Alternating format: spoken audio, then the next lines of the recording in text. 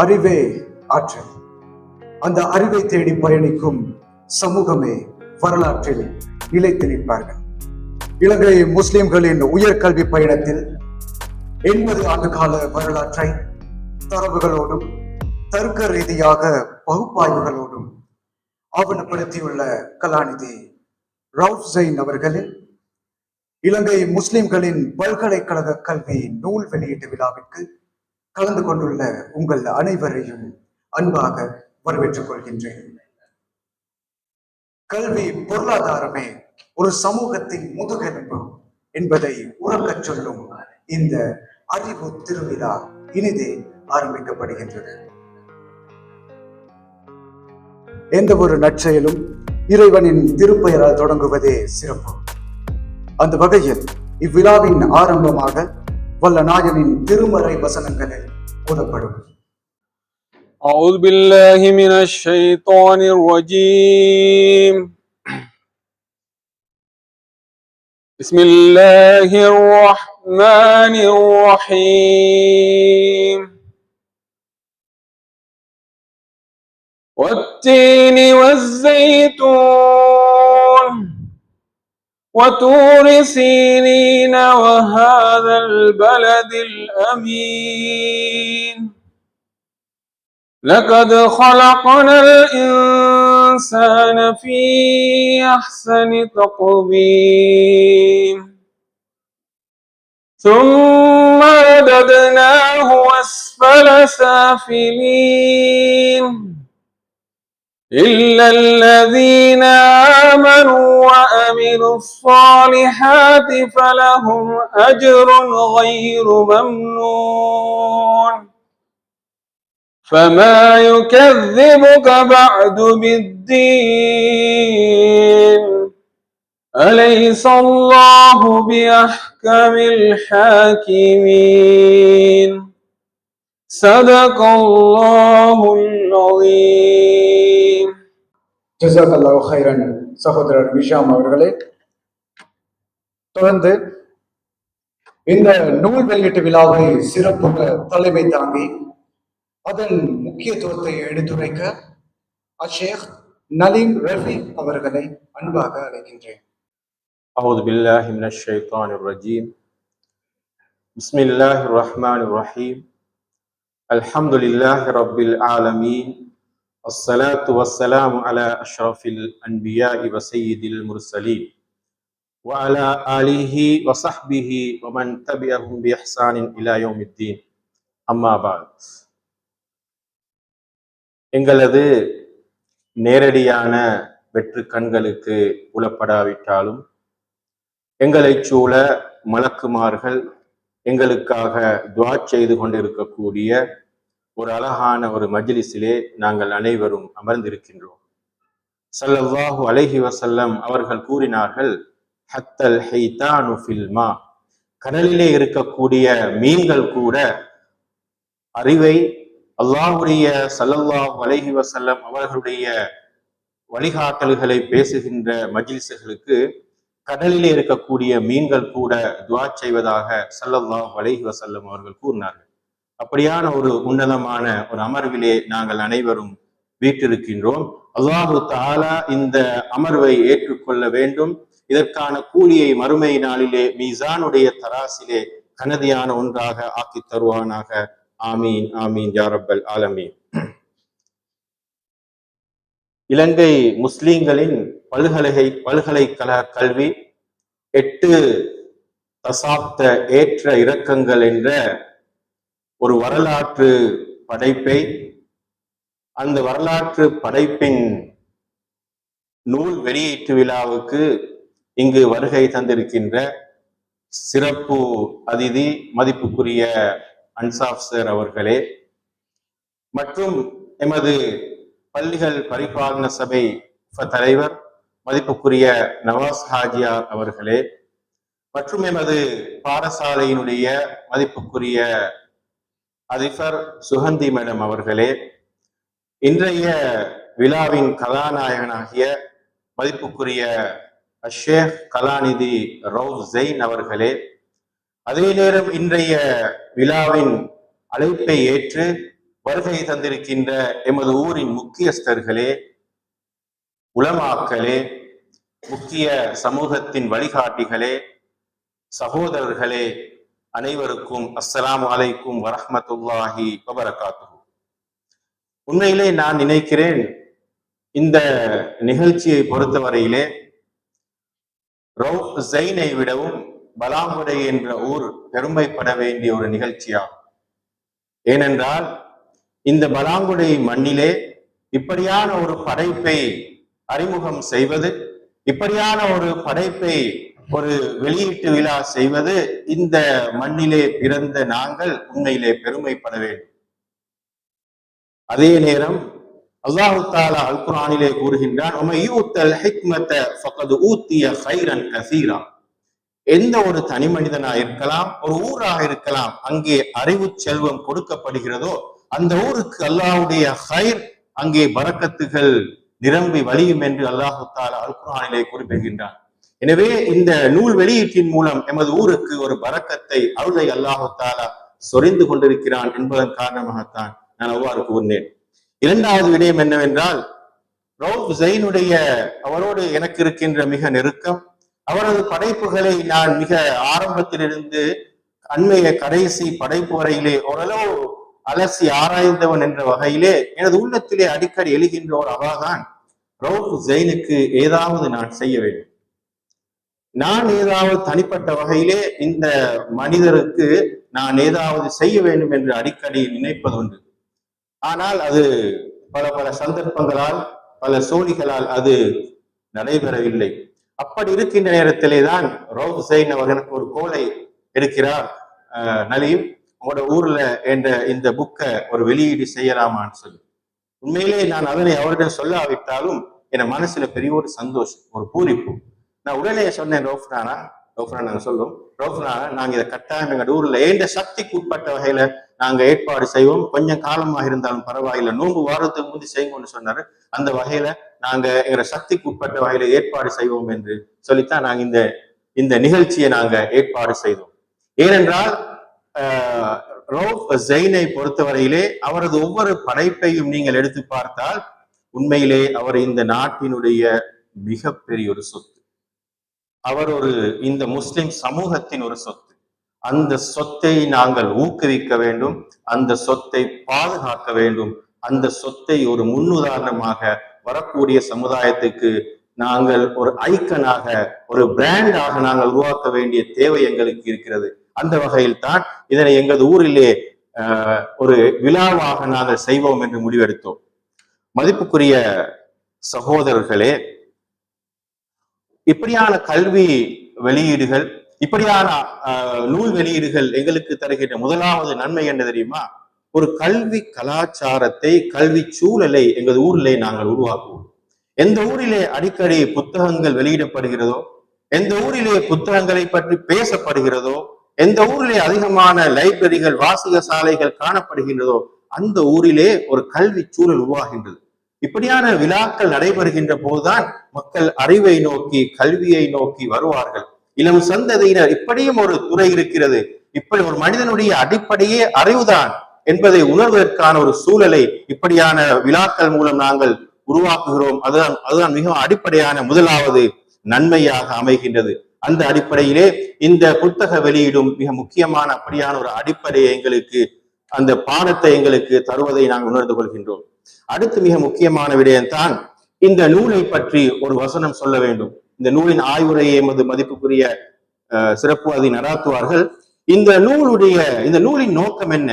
இலங்கையிலே முதலாவது 1942 பல்கலைக்கழகம் ஸ்தாபிக்கப்பட்டதோ அதிலிருந்து 2022-23 வரையிலே முஸ்லிம் மாணவர்களுடைய பல்கலைக்கழக அனுமதியை விழாவாரியாக அவர்கள் தொகுத்திருக்கிறார்கள். ஏறத்தாழ 80 வருட வரலாறை இந்த நூலிலே அவர்கள் தொகுத்திருக்கிறார்கள். எத்தனை மாணவர்கள், மாணவிகள் பல்கலைக்கழக நுழைந்தார்கள், அதே போல எந்தெந்த துறைகளுக்கு நுழைந்தார்கள் என்பதை அழகாக இந்த நூலிலே அவர்கள் தொகுத்து தந்திருக்கிறார்கள். ஒரு தசாப்தங்களை அடிப்படையாக வைத்து இந்த ஏறத்தாழ 400 பக்கங்களை உள்ளடக்கிய ஒரு ஆய்வை செய்திருக்கிறார்கள். அந்த நூலிலே அவரை குறிப்பிடுவது போன்று என்னுடைய கடைசி இந்த அண்மைய 20 வருடமும் இப்படியான கடின உழைப்புக்குத்தான் நான் செலவழித்தேன். அந்த அளவு தூரம் பெரும் ஒரு உடல் களைப்போடு உளக்கலைப்போடு சில மன குழப்பங்களோடும் அதே நேரம் சில பிரச்சனைகளோடும் நான் அதனை சாதனையாக எடுத்து அல்ஹம்துலில்லாஹ் அல்லாஹ்வுடைய உதவியால் இந்த படைப்பை நான் உங்கள் முன் சமர்ப்பிக்கிறேன் என்று அந்த நூலிலே அவர்கள் அழகாக எடுத்து சொல்கிறார்கள். அப்படியான ஒரு உன்னத படைப்புக்கு முன்னால் தான் நாங்கள் அனைவரும் அமர்ந்திருக்கின்றோம். மதிப்புக்குரிய இஸ்லாமிய சகோதரர்களே, ஏன் இந்த நூல் எங்களுக்கு தேவை? ஏன் இந்த நூலை நாங்கள் படிக்க வேண்டும்? அது இப்படியான நூலின் வெளியீட்டு விழாவிலே நாங்கள் கலந்து கொள்ள வேண்டும் என்ற கேள்வியை நாங்கள் கேட்டு பார்ப்போம். நான் சிம்பிளா சொன்னால், ஒரு ஆட்டோவுக்கு பின்னால சில வசனங்களை போடுவாங்க தானே, அதுல ஒரு இடத்துல போட்டிதாங்க என்னன்னா, don't sound horn, 15+ Islamic countries are sleeping. அந்த ஆட்டோ பின்னுக்கு போட்டிருந்தா, நீங்க ஹோன் அடிக்க வானம், 50க்கு மேற்பட்ட இஸ்லாமிய நாடுகள் தூங்கி கொண்டிருக்கிறது என்று சொல்லி ஒரு வாசகம் ஒன்று ஆட்டாவுக்கு பின்னுக்கு அடிச்சிருந்தாங்க. இதுதான் அடிப்படையான காரணம். முஸ்லிம் சமூகம், முஸ்லிம் நாடுகள் இப்போது தூங்கி கிடக்கின்ற நேரம். எனவேதான் இன்று முஸ்லிம் சமூகம் பந்தாடப்படக்கூடிய சமூகமாக மாறிக்கொண்டிருக்கின்றது. எனவே இந்த தூங்குகின்ற சமூகத்தை எப்படி எழுப்புவது? இஸ்லாமிய அறிஞர் ஒருவர் மாலிக் பின் நபி என்ற அறிஞர் காணப்படுகிறார். ஒரு நல்ல உதாரணம் என்று சொல்வார். முஸ்லிம் சமூகம் எப்படின்னு சொன்னா, இந்தியாவில நீங்க கண்டிக்கிறான்னு அந்த ஜல்லிக்கட்டு விளையாட்டுகிற அப்படியே அந்த மாடு அந்த சிவப்பு கலர் புடவை காட்டினா அந்த எரும மாடு அப்படியே உணர்ச்சி வசப்பட்டு பாயும். அந்த புடவையை அங்கலாக்கினா அந்த மாடு அப்படியே நிற்கும். என்ன சொல்லுவார் அவரு, முஸ்லிம் சமூகம் அப்படித்தான்.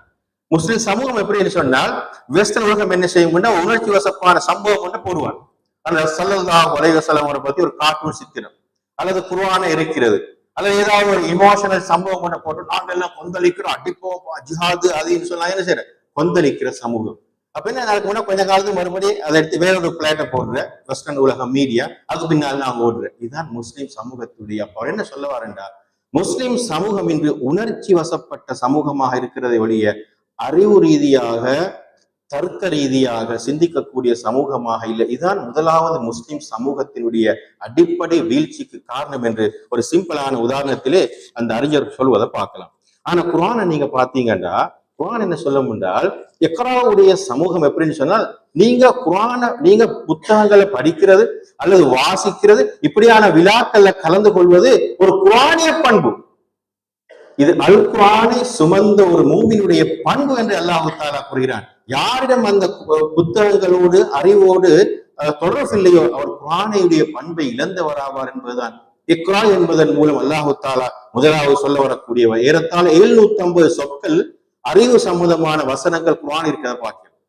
குர்ஆன்ல அலா பசீரத்தின், நீங்க உங்களோட தஅவாவை இஸ்லாத்தை நீங்க எப்படி முன்வைக்கணும்டா, அலா பசீரத்தின், மிக நுணுக்கமாக டெக்னாலஜியை யூஸ் பண்ணி அறிவுபூர்வமாக நீங்க இஸ்லாத்தை முன்வைக்கணும் என்று அல்லாஹ் தஆலா அப்பயே ஸல்லல்லாஹு அலைஹி வஸல்லம் சொல்லி, அம்மை யம்ஷி முகிப்பன் அலா வஜீஹி அஹ்தா அம்மை யம்ஷி சவியன் அலா சிராத்தில் முஸ்தகீம்.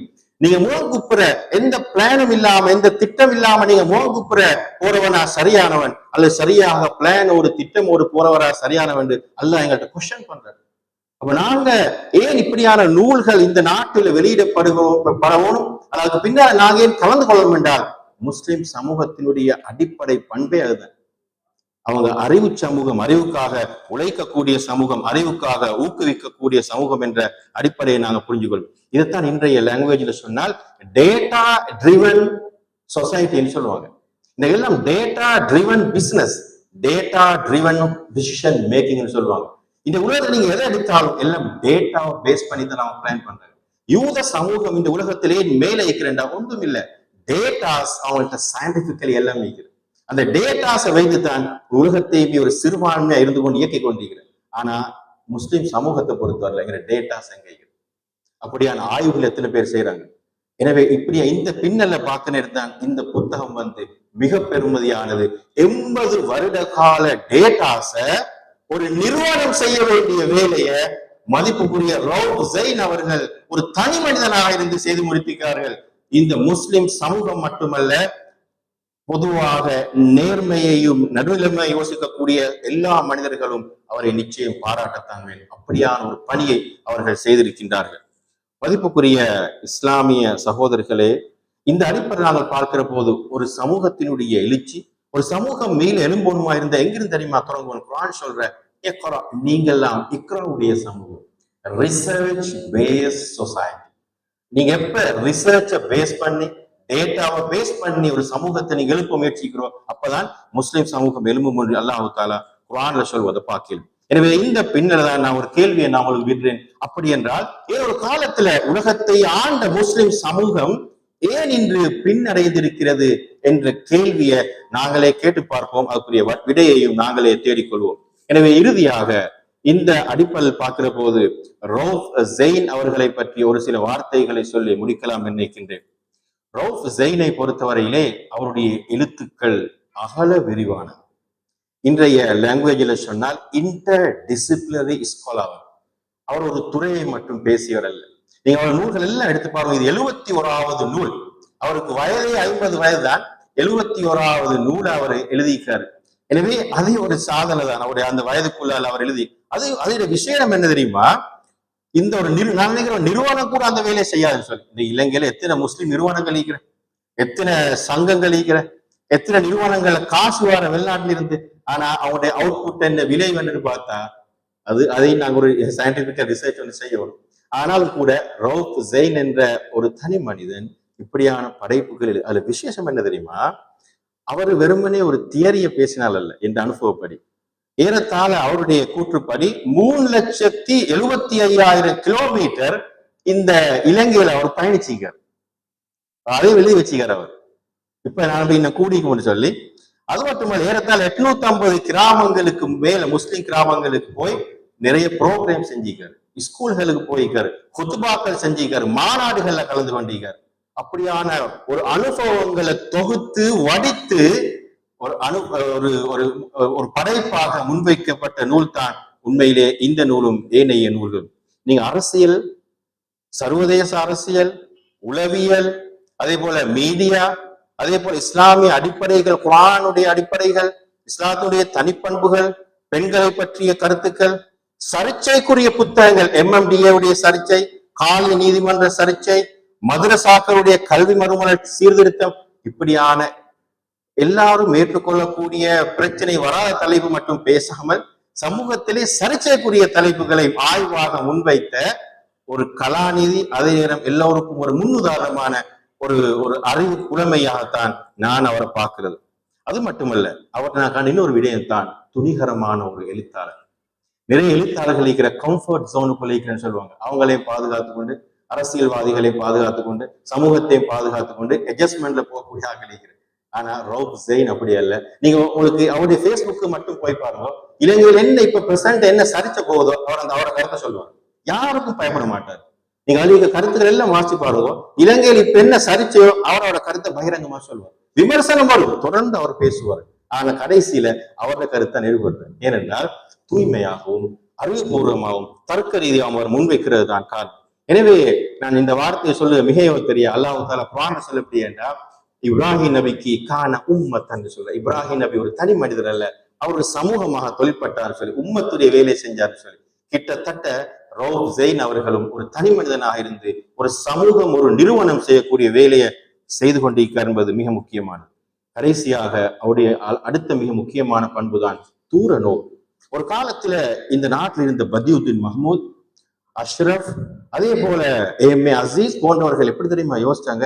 நாளைக்கு அடுத்த நாள் யோசிக்கல, இன்னும் 10 வருடங்கள்ல, இன்னும் 50 வருடங்கள்ல முஸ்லிம் சமூகத்தை எப்படி நாங்க கட்டி எழுப்பலாம் என்று அன்று யோசித்ததுதான் இன்றாவது இலங்கையில சில சட்டங்கள் கூட பார்லிமெண்ட்ல வருவதற்கும் இந்நாட்டை சில அடிப்படைகள் உருவாக்குவதற்கும் காரணம் அமைந்தது. அப்படியான தூர நோக்குடைய ஒரு எழுத்தாளர் தான் ரவுஃப் ஜெயின் என்றால் மிகையாக. ஏனென்றால் நீங்க அவரோட ஆய்வெல்லாம் படித்து பாருங்க, எல்லாம் தர்க்க ரீதியா தான் கதைக்கிற, இமோஷனலா கதைக்கல, தர்க்க ரீதியா நீங்க அவரோட ஆய்வெல்லாம் எடுத்து பாருங்க. எல்லாம் ஒரு 10 இயர்ஸ் 5 இயர்ஸ்ல இலங்கை எப்படி போகும், என்னென்ன பிரச்சனைகள் வரும் என்பதை ஆய்வுபூர்வமாக முன்வைத்ததை நாங்க பார்க்கலாம். எனவே அந்த தூர நோக்கு சிந்தனை மிக முக்கியமான ஒரு அடிப்படையாக அமைகின்றது. எனவே இறுதியாக முஸ்லிம் சமூகம் மட்டுமல்ல, இந்த நாட்டில் இருக்கக்கூடிய மனித சமூகம் ஒரு சிறந்த சமூகமாக மாற வேண்டுமாக இருந்தால் அவருடைய ஆய்வுகள் எல்லாவற்றுடைய சுருக்கம் என்னவென்றால், ஒரு டேட்டா ட்ரிவன் சொசைட்டியாக, ஒரு நாலேஜ் பேஸ் சொசைட்டியாக எப்ப நாங்க உருவாகிறோமோ அப்பதான் அந்த சமூகத்தை கட்டியெழுப்பலாம். இதன் அடிப்படை என்று அவர் கூறுவதை நாம் பார்க்கலாம். எனவே இந்த வகையில இறுதியாக இந்த இடத்துக்கு நான் ஒரு மெசேஜ் ஒன்றை சொல்லி முடிக்கணும். ஒரு மனிதர் அவர் ஒரு பேட்டியிலே கூறுகிறார், நான் 1933 ஆண்டு பிறந்தேன். எங்களோட உம்மா பெருசா படிச்ச ஆள் அல்ல. எங்களோட உம்மா சரியா கஷ்டப்பட்டு நாங்க பகலுக்கு சாப்பிட்டா இரவுக்கு சாப்பிடல. உம்மா என்ன செய்யறேன்டா ராவு 12 மணி வரையில அந்த மட்டையெல்லாம் தட்டி தட்டி ராவைக்கு கயிறு செய்வேன். கயிறு செஞ்சு எங்களுக்கு வெள்ளனைக்கு தருவா. நான் அந்த கயிறை சுபகு எடுத்துக்கொண்டு போய் கடையை கொடுத்துட்டு ஒரு ஆப்பை எடுத்து நான் திண்டுட்டு, அப்ப ஆப்பை ஒரு சாதம் அந்த ஆப்பை திண்டுட்டு நான் ஸ்கூலுக்கு போறேன்னு சொல்லுவாரு. அந்த மனிதர் ஒரு காலத்துல என்ன தெரியுமா செஞ்சாரு? இந்த நாட்டுல ஒரு பல்கலைக்கழகத்தை கட்டினார். இந்த நாட்டுல கல்வி மறுமலர்ச்சி இயக்கத்தை உருவாக்கினார். இந்த நாட்டுல ஒரு தொழில்நுட்ப கல்லூரிக்கான அடிப்படையை வித்துட்டார். அவருடைய ஊர்ல மட்டுமல்ல, எத்தனையோ ஊர்களுக்கு சென்று எத்தனையோ மாற்றங்கள் உருவாக்கினார். இதுதான் ஒரு செல்வந்தன். அல்லாஹ் ஒவ்வொருவருக்கு இருக்கின்ற இது என்பது அறிவு செல்வம். அல்லாஹ் இருக்கிற ரிஸ்க். எங்கட ஊர்ல இருக்கக்கூடிய செல்வம், பணம் என்ற செல்வம் இருக்கிற அந்த செல்வத்தால நாங்க எப்படி அறிவுபூர்வமான சமூகமா உருவா என்பதுதான் நலீம் ஹாஜியார் அவர்கள் எங்களுக்கு இன்றைக்கு. நலீம் ஹாஜியாரை விட இலங்கையில் எத்தனையோ கடவுள் பணக்காரர்கள் இருக்கிற, ஆனால் அந்த நலீம் ஹாஜியாருக்கு இருந்த தூய்மையும் தூர நோக்கும் நிறைய பணக்காரர்களுக்கு இல்லை. ஆனா எங்கடூர்ல நிறைய பேர் கேட்கிறேன். அப்படியான பணக்காரர்களுக்கு நான் சொல்கின்ற செய்தி என்னவென்றால், இந்த இப்படியான நூல்கள், இப்படியான அறிவு பொக்கிஷங்கள் வருகின்ற போது நாங்கள் எங்களால் முடிந்த அந்த செல்வத்தை 2 வல்ல செலவழி. ஒன்று, இப்படியான ஆய்வாளர்களை நாங்கள் ஊக்குவிக்க வேண்டும். இப்படி அடுத்த ஆய்வு அவர் செய்து கொண்டிருக்கிறார். உண்மையாக பெரிய ஒரு பொருளாதார உதவியும் தேவைப்படுகிறது. அவற்றை எங்களுக்கு செய்ய முடியுமாக இருந்தால் உண்மையிலே பெரும் மாற்றம் இந்த நாட்டை ஏற்படுத்தலாம். 2வது பணி என்றால் செல்வந்தர்களை பொறுத்தவரையிலே இந்த நாட்டுல கல்விக்கான அடிப்படைகளை பல்கலைக்கழகமாய்க்கலாம், தொழில்நுட்ப கல்லூரிகளாக அடிப்படைகளை நாங்க வக்ஃப் சொத்துக்களாகவாவது அல்லது நிறுவனங்களாவது உழைத்துட்டு போவோம். உங்களுக்கு தெரியும், கரவீர் என்ற யூனிவர்சிட்டி ஒன்றிருக்கிற அந்த உலகத்திலே ஃபர்ஸ்ட் கின்னஸ் புத்தகத்துல பதியப்பட்ட 1வது யூனிவர்சிட்டி. அந்த யூனிவர்சிட்டியை உருவாக்கினது யார் தெரியுமா? ஒரு பெண்மணி. வாப்போட சொத்தெல்லாம் நிறைய அவரோட கையில் இருந்த ஒரு பெண்மணி யோசிக்கிற, வாப்பா நிறைய சொத்துக்களை விட்டுட்டு போய்க்கிற, என்ன செய்யறேன்னு சொல்லி யோசிக்கிற. இன்றைக்கு பிள்ளைகள் வாப்பா சொத்தை வித்துட்டு போனா அடுத்த நாள் எல்லாம் விழுங்கி முடிச்சிடுவாங்க. ஆனா ஒரு பெண் யோசிக்கிற, இந்த காசை என்ன செய்யலாம்னு சொல்லி ஒரு யூனிவர்சிட்டியை உருவாக்குறாரு. இன்றைக்கு உலகத்திலே 1வது ஒரு யூனிவர்சிட்டியாக ஒரு முஸ்லிம் பெண்மணி உருவாக்கின யூனிவர்சிட்டி உருவாக்குறத மாதிரி பாக்குறேன். எனவே இப்படியான ஒரு செய்தியைத்தான் நாங்கள் எல்லாரும் சேர்ந்து இந்த ஊர்ல செல்வந்தர் என்ற வகையில சிந்திக்க கடமைப்பட்டிருக்கணும். கடைசியாக ரவுஃப் ஸைன் அவர்களுக்கு ஒரு துஆ ஒன்றை நாங்கள் செய்வோம். அவர் அந்த நூலிலே கூறுகின்றார், எனக்கு யா அல்லாஹ் இன்னும் ஒரு 10 வருடம் நீ தந்தால் நான் இந்த 100 புத்தகங்களை எழுதிவிட்டு செல்வேன் என்று ரவுஃப் ஸைன் அவர்கள் ஒரு துஆ செய்கிறார்கள். எனவே நாங்களும் இந்த இடத்திலே கலாநிதி ரவுஃப் ஸைன் அவர்களுக்கு அவருடைய இன்னும் 10 வருடங்கள் அல்ல, அல்லாஹு தஆலா மிக நீண்ட காலத்தை உங்களுக்கு தந்து இது போன்ற பல ஆய்வுகளை, புத்தகங்களை இந்த நாட்டுக்கும் மனித சமூகத்துக்கும் நீங்கள் படைப்பதற்கு அல்லாஹு தஆலா உங்களுக்கு அருள் பாலிக்க வேண்டும். நீங்கள் இந்த நாட்டினுடைய மிகப்பெரிய சொத்து. நீங்கள் ஒரு காலத்திலே இந்த நாட்டின் தவிர்க்க முடியாத ஒரு மனிதராக நிச்சயம் மாறுவீர்கள். வரலாற்றில் பதியப்படக்கூடிய மனிதராக நிச்சயமாக மாறுவீர்கள். இந்த சபை அதற்கு சாட்சியாக அமையும். அல்லாஹ் உங்களுடைய எல்லா பணிகளையும் அல்லாஹு தஆலா இம்மையிலும் மறுமையிலும் ஏற்றுக்கொள்ள வேண்டும். இஹ்லாஸோடு உங்கள் பணிகளை அல்லாஹு தஆலா அங்கீகரிக்க வேண்டும். அல்லாஹ் உங்களது அனைத்து அறிவை இன்னும் மேலும் வளப்படுத்தி ஒரு சிறந்த முஸ்லிமாக மனிதனாக அல்லாஹு தஆலா மாற்ற வேண்டும். உங்களது பெற்றோருக்கும் அல்லாஹு தஆலா அருள் பாலிக்க வேண்டும் என்று கேட்டு விடைபெறுகிறேன். அஸ்ஸலாமு அலைக்கும் வரஹ்மத்துல்லாஹி வபரகாத்துஹு. ஜஸாக்கல்லாஹு கைரன் ஷேக் அவர்களே. இப்போது இந்த நிகழ்வின் ஒரு முக்கியமான கலாநிதி ரவுஃப் ஸைன் அவர்களால் பல ஆண்டுகளான உழைப்பும் தீராத தேடலும் ஒரு முழுமையான ஆவணமாக உருப்பெற்றுள்ள இலங்கை முஸ்லிம்களின் பல்கலைக்கழக கல்வி எனும் இந்த வரலாற்று பொக்கிஷத்தை இப்போது உத்தியோகபூர்வமாக வெளியிட உள்ளது. 8 தசாப்த கால ஏற்ற இறக்கங்களை ஆய்வுபூர்வமாக தாங்கி நிற்கும் இந்த நூலின் முதல் பிரதியை நூலாசிரியர் கலாநிதி ரவுஃப் ஸைன் அவர்கள் இவ்விழாவின் முதன்மை விருந்தினர் சபரகம மாகாண பிரதி கல்வி பணிப்பாளர் திரு எம் அன்ஷாப் அவர்களுக்கு வழங்கி வைப்பார். நூலாசிரியர் கலாநிதி ராவ் ஜெயின் மற்றும் திரு எம் அன்ஷாப் அவர்களை மேடைக்கு வருமாறு அன்பாக கேட்டுக்கொள்கிறேன்.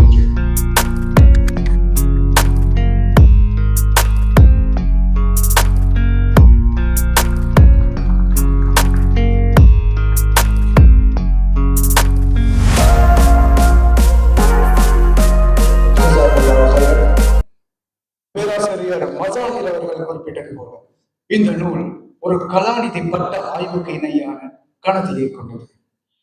19 அத்தியாயங்கள் 80 ஆண்டுகால தரவுகளை திரட்டி இலங்கை முஸ்லிம்களின் கல்வி செந்நிறையை படம் பிடித்து காட்டும் இந்த நூலின் ஆழத்தை எமக்கு தெளிவுபடுத்த தற்பொழுது மேடைக்கு வருகிறார் எமது இவ்விழாவின் சிறப்பு விருந்தினர் திரு எம் அன்ஷாப் அவர்கள். முதலில் அனைவருக்கும் சலாத்தை தெரிவித்துக் கொள்கின்றேன். இன்றைய நிகழ்வுக்கு தலைமை தாங்குகின்ற ஷேக் நலீம் ரஃபீக் அவர்களே, அதேபோல் இன்று விசேட அதிதியாக கலந்து கொள்கின்ற அல்ஹாஜ் நவாஸ் அவர்களே, இன்றைய நாளின் கதாநாயகன் கலாநிதி ஹவுசேன் அவர்களே, எமது ஜெயலானி தேசிய கல்லூரியின் அதிபர் மற்றும் அனைத்து பிரமுகர்கள் அனைவருக்கும் இது சலாத்தை தெரிவித்துக் கொண்டு, உண்மையிலேயே இந்த நூலை பற்றிய ஒரு சிறு கருத்துக்களை பகிர்ந்து கொள்ளலாம் என்று நான் நினைக்கின்றேன். அதற்கு முன்பாக நான் நினைக்கின்றேன் எமது நலீம் ஷேக் அவர்கள் ரவுசேன் ஷேகை பற்றி விரிவாக குறிப்பிட்டார். அவரை பற்றி ஒரு சில விடயங்களை நான் குறிப்பிடுவது பொருத்தம் என நினைக்கின்றேன்.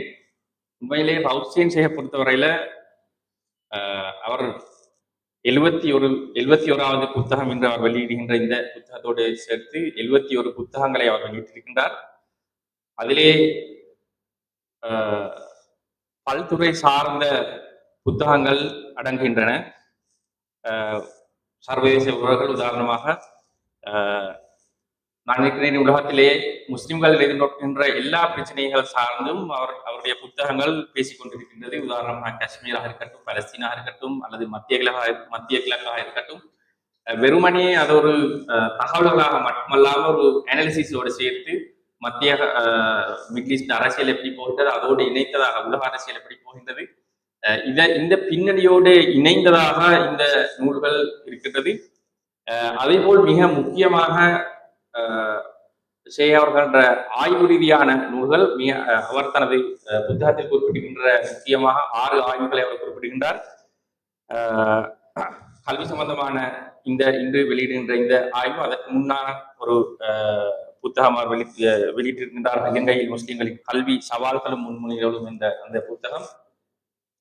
அதே போல் நான் அறிந்த வகையிலே இன்னொரு மிக முக்கியமான விடயம், அவர் எமது தலைநகரத்தில் உண்மையிலே கிழக்குக்கு வெளியே முஸ்லிம்கள் செறிவாக வாழ்கின்ற மாவட்டம் என்றால் கொழும்பு மாவட்டம். அந்த கொழும்பு மாவட்டத்திலேயே மிகப்பெரிய சவால்களை முஸ்லிம்களுடைய கல்வி எதிர்நோக்கின்றது.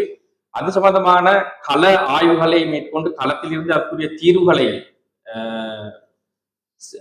செயல்படுத்தப்படுத்துகின்ற ஒருவராக நான் அவரை இனங்கண்டிருக்கிறேன். அது இன்னொரு மிக முக்கியமான அவரது பங்களிப்பு. இதேபோல் இஸ்லாம் தொடர்பான, ஏற்கனவே குறிப்பிட்டது போல இஸ்லாம் தொடர்பான சாதாரணமான ஒரு சரியாத்துறை சார்ந்தவர்கள் குறிப்பிடுகின்ற ஏரியாக்கள் மட்டுமல்ல, சர்ச்சைக்குரிய அல்லது மிக அவசியமான பகுதிகளை தொட்டு சென்றிருக்கின்றார். நான் இந்த முழுமையான தலைப்புகளை நான் இங்கு குறிப்பிடவில்லை. அதே போல் கல்வி சார்ந்து மிக முக்கியமான நூல்களை அவர் வெளியிட்டிருக்கின்றார். பெற்றோரும் பிள்ளைகளின் கல்வியும், அறிவை இஸ்லாமியமயப்படுத்தல், 21ஆம் நூற்றாண்டில் ஆசிரியருடைய வகைப்பாகம் எவ்வாறு மாறிக்கொண்டிருக்கின்றது என்ற அந்த பகுதிகளை உள்ளடக்கிய அந்த நூல், கல்வித்துறை வழிகாட்டல்கள், பாடசாலை கல்வி மேம்பாட்டின் பங்காளர்கள், இலங்கை முஸ்லிம்களின் பல்கலைக்கழக கல்வி, இன்றைய அந்த புத்தகம் உட்பட கல்வி தொடர்பான அனைத்து பகுதிகளையும் உள்ளடக்குகின்றவாறு அவரது நூல்கள் அமைந்திருக்கின்றது. அதேபோல் உளவியல் பெண்கள் உட்பட ஒரு மல்டி டிசிப்ளினரி ஸ்காலராகத்தான் நான் அவரை இனங்கண்டு கொள்கின்றேன். இதற்கும் மேலதிகமாக அவருடனான தொடர்பு உண்மையிலே நான் 2000ஆம் ஆண்டு நான் ஓடுவல் செய்தேன். அந்த காலப்பகுதியிலே அவருடைய 2 முக்கிய புத்தகங்கள்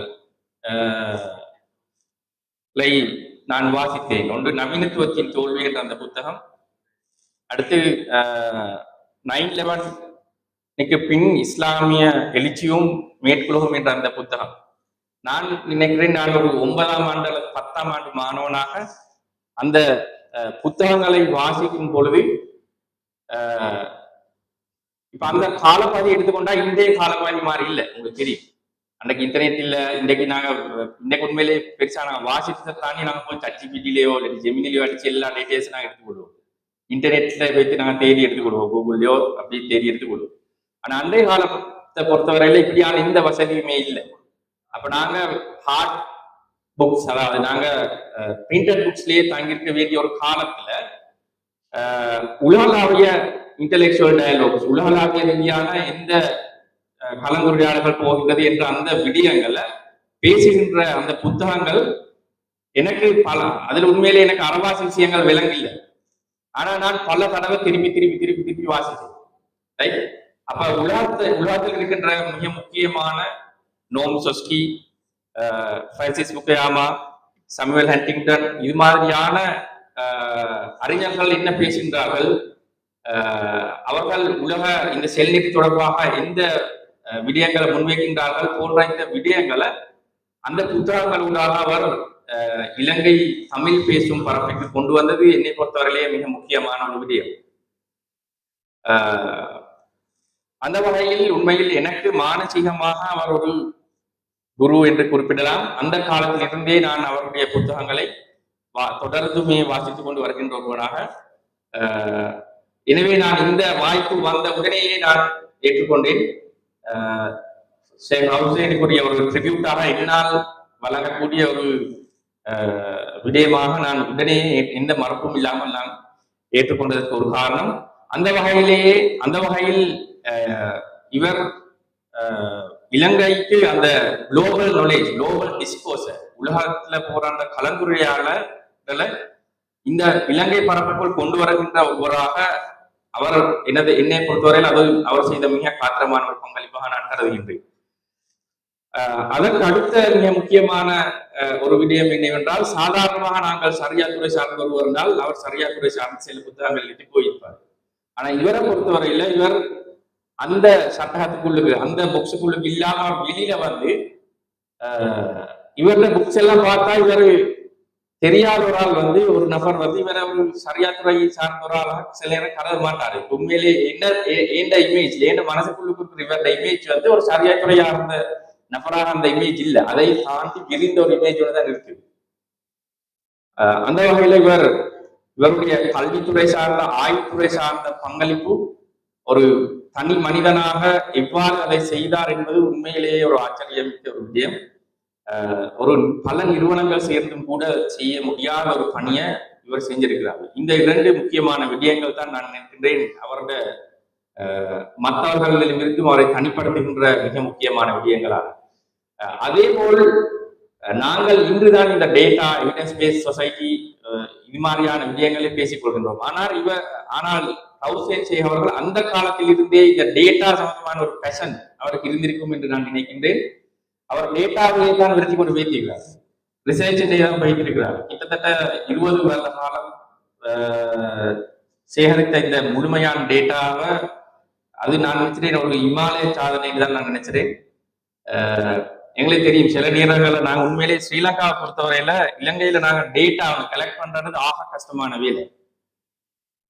இப்ப நான் ஒரு ஆய்வுக்காக வேண்டி திணைக்களத்தில் இருந்து உத்தியோகபூர்வமாக நாங்கள் சில டேட்டாக்களை கேட்டிருந்தோம். ஒரு நிறுவனத்திடமிருந்து இன்னும் ஒரு திணைக்களத்திடமிருந்து கேட்டிருந்தோம்.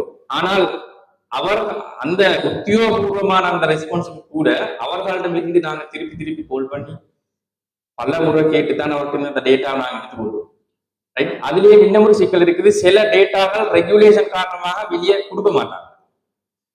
ஒன்று இந்த கவர்மெண்ட் அதாவது எங்களோட ஒபிஷியல் சோர்சஸ் இருந்து டேட்டா எடுக்கிறன்றது அவர்கள்ட்ட அந்த சம்பந்த போக்கு காரணமா எனக்கு மிச்ச கஷ்டமான விஷயம்.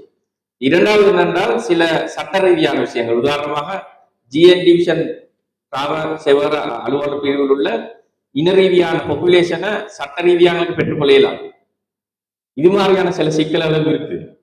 அதே போல எங்கட சொந்த அனுபவத்தை நாங்கள் சொன்னால் எங்கட அன்பர்மார்களுக்கு தெரியும், கடந்த ஒரு 4-5 வருடங்களுக்கு வரும் வரையில நாங்க எக்ஸாமினேஷனால வெளியிட்ட அந்த ரிசல்ட்ஸை நாங்க திருப்பி என்டர் பண்ணி நாங்க திருப்பி அதை அனலைஸ் பண்ணுவோம். ஏன்னா எங்களுக்கு அந்த டிபார்ட்மெண்ட்டுக்கு டிரெக்டா டேட்டாவை எங்களுக்கு எடுத்துக்கொள்ளலாம்.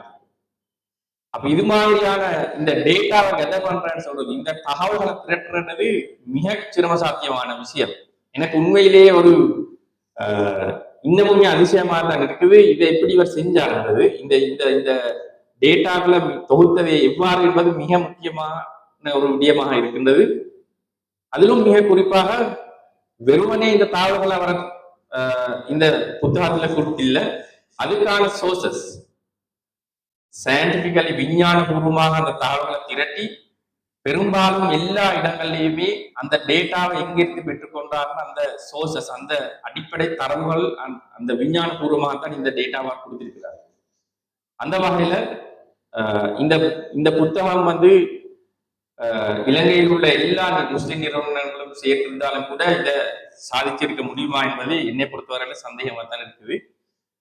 அதே போல் இதுல உள்ள ஒவ்வொரு பகுதிகளை பார்த்தா இந்த புத்தகத்துல அவர் மிக முக்கியமான 3 நோக்கங்களை குறிப்பிட்டிருக்கிறார் இந்த புத்தகத்தை எழுதுறதுக்காக. முதலாவது, உயர்கல்வி செல்நெறி பற்றிய புலக்காட்சியை ஏற்படுத்தலாம். அதாவது நாங்க சிம்பிள் லாங்குவேஜ் சொன்னா முஸ்லிம் சொசைட்டில ஹையர் எஜுகேஷன்ல யூனிவர்சிட்டியில எப்படியான ஒரு லெவல் இருக்குன்ற சம்பந்தமான ஒரு ஐடியாவில் எடுக்கிறது அல்லது ஒரு மெப் ஒன்று கிரியேட் பண்ணி கொள்வதுன்றது ஒரு நோக்கமாக அவர் குறிப்பிட்டிருக்கிறாரு.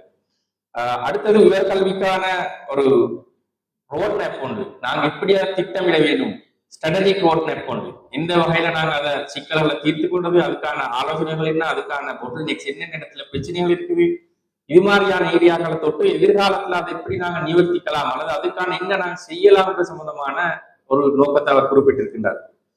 அடுத்தது, மிக குறிப்பாக இந்த துறையில் உள்ள சவால்கள் என்ன, சிக்கல்கள் என்ன, அதுக்கான தீர்வுகள் என்னன்ற விஷயத்தை பத்தி பேசியிருக்கிறார்.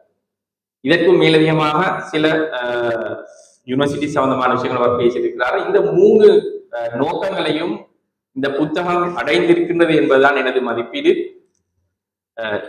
ஒரு தர்க்கபூர்வமான அந்த முன்வைப்புடன் சேர்த்து முழுமையான தகவல்களையும் இணைத்து, அதே நேரம் இது இலங்கை முஸ்லிம்களின் பல்கலைக்கழக கல்வி என்று குறிப்பிட்டிருந்தாலும் கூட இவர் இலங்கையில் உள்ள பல்கலைக்கழகத்துடைய பாலிசிஸ் எவ்வாறு, அட்மிஷன் பாலிசிஸ் எவ்வாறு இருந்தது, அதற்குரிய பின்னணி என்ன, அது எவ்வாறு மாற்றமடைந்தது, இது மாதிரியான இந்த கல்விக்கூடத்தில் உள்ள அடுத்த அந்த பேக்ரவுண்ட் நாலேஜ், பேக்ரவுண்ட் விடயங்களையும் குறிப்பிட்டு விட்டுத்தான் முஸ்லிம்களின் கல்வியை பேசியிருக்கிறார். அதாவது அந்த அந்த பின்புலத்தையும் வைத்து முஸ்லிம் கல்வியை முன்வைத்திருக்கின்றார். அந்த வகையிலே ஒரு கம்ப்ரிஹென்சிவான ஒரு புத்தகமாக இந்த புத்தகம் வெளிவந்திருக்கின்றது.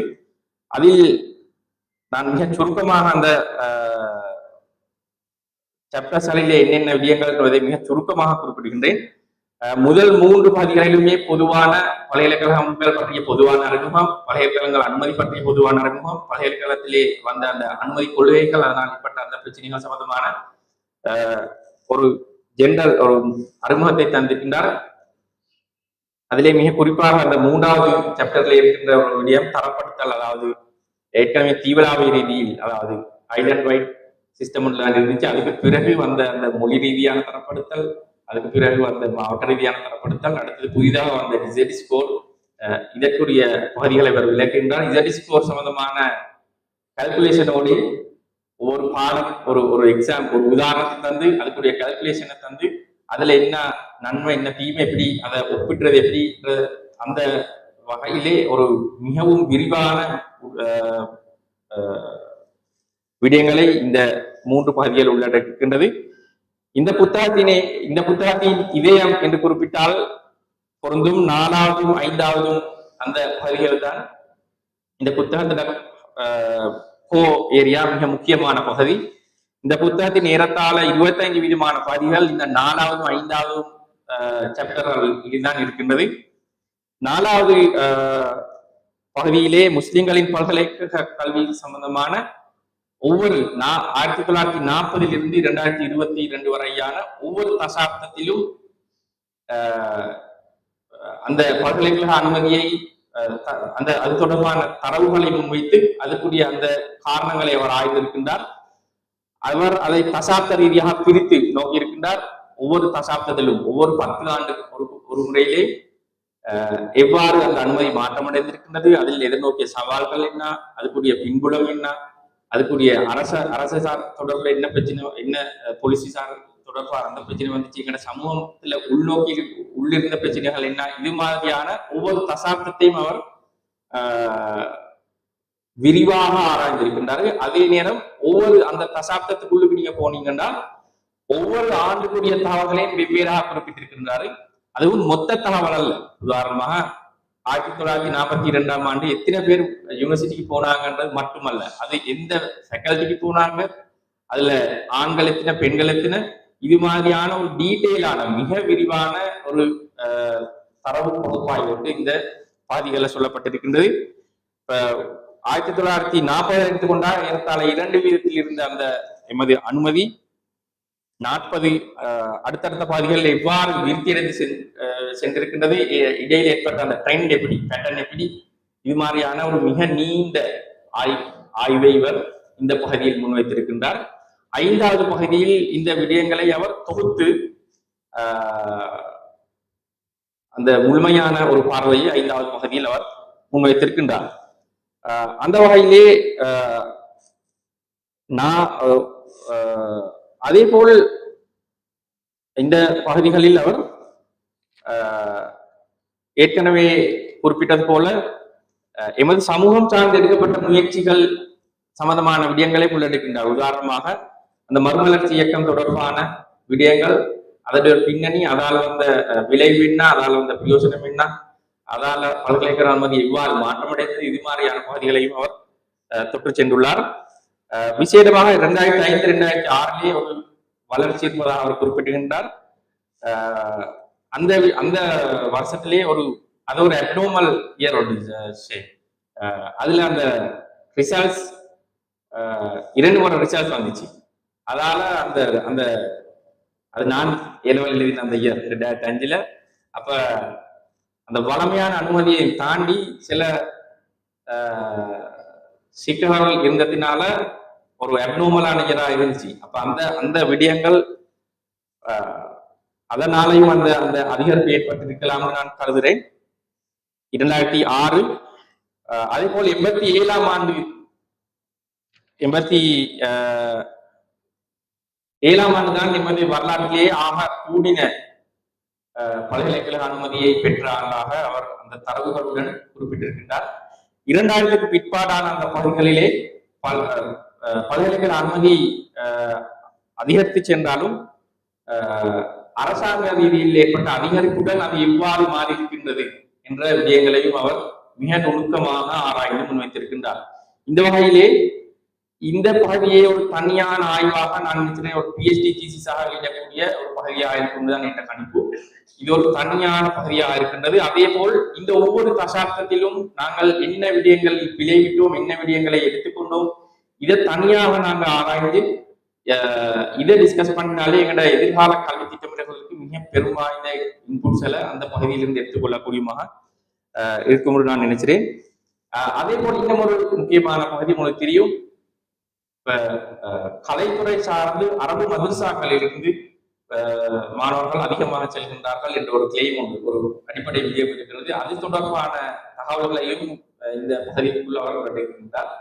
இது மாதிரி நாங்கள் பல விடயங்களை நாங்கள் கிளைம்களாக சில வெறுமனே நாங்கள் இந்த தரவுகள் இல்லாம நாங்கள் சில விடயங்களை சொல்லிக் கொண்டிருக்கோம். அந்த விடயங்கள் எல்லாவற்றையும் இவர் தரவுகளை முன்வைத்து தர்க்கபூர்வமாக அது சரியா, அது இல்லையா, அது உண்மையான விடயமா என்று இந்த பகுதிக்குள் இவர் ஆராய்ந்திருக்கின்றார். அதே போல் இன்னும் ஒரு மிக முக்கியமான பகுதிதான் 6வது மற்றும் 7வது பகுதிகளிலே பல்கலைக்கழகத்துக்கு அப்பால் post graduate studies, masters, PhD போன்ற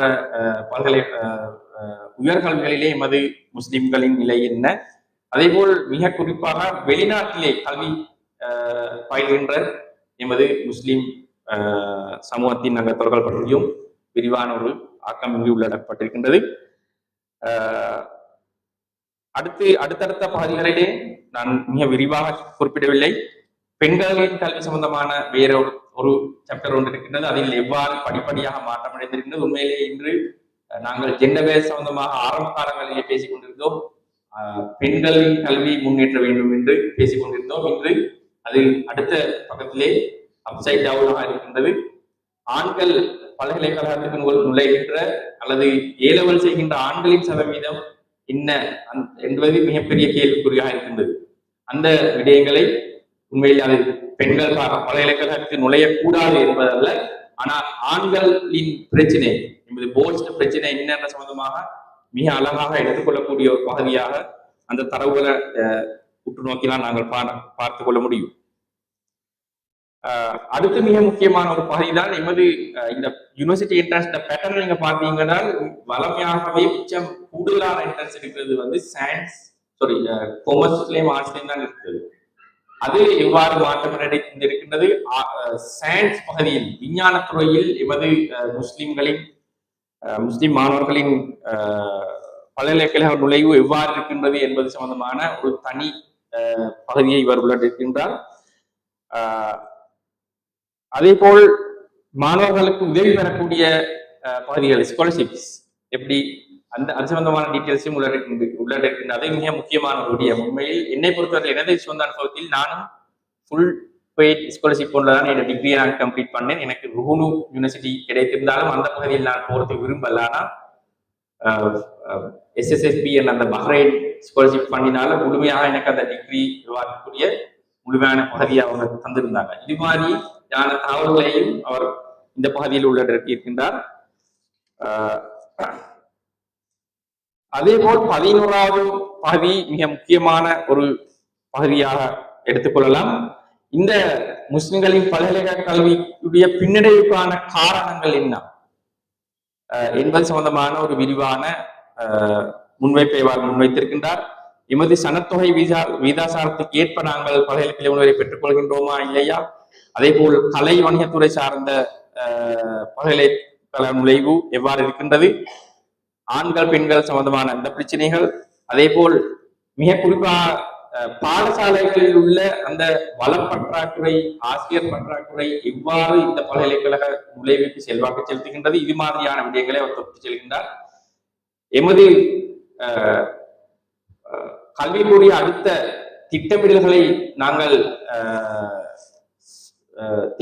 மேற்கொள்ளும் போது இந்த 11வது சாப்டரில் உள்ள இந்த சிக்கல்களுக்கு நாங்கள் கட்டாயமாக கவனம் செலுத்த வேண்டும் என்பது எனது ஒப்சர்வேஷன், அதாவது அவதானிப்பாகும்.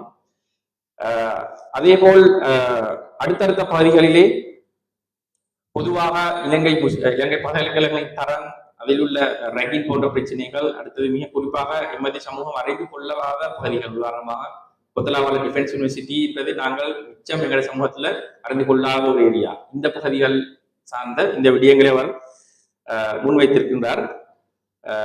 ஒரு போனஸாக அவர் யூனிவர்சிட்டியில மாணவர்களுக்கு அவர் முன்வைத்த அந்த யூனிவர்சிட்டி ஸ்பீச்சஸையும் அவர் இதில் உள்ளடக்குகின்றார். அப்போ மொத்தமாக நாங்கள் பார்த்தோம்னால் இது ஒரு மிக தர்க்க ரீதியான அனலிட்டிக்கலான, அதாவது பகுப்பாய்வை உள்ளடக்கிய ஒரு புத்தகமாக இருக்கின்றது. முஸ்லிம்களின் கல்வியை ஒரு எக்ஸ்ரே ரிப்போர்ட் என்று குறிப்பிடலாம், அல்லது ஒரு ஸ்கேன் ரிப்போர்ட் என்று குறிப்பிடலாம்.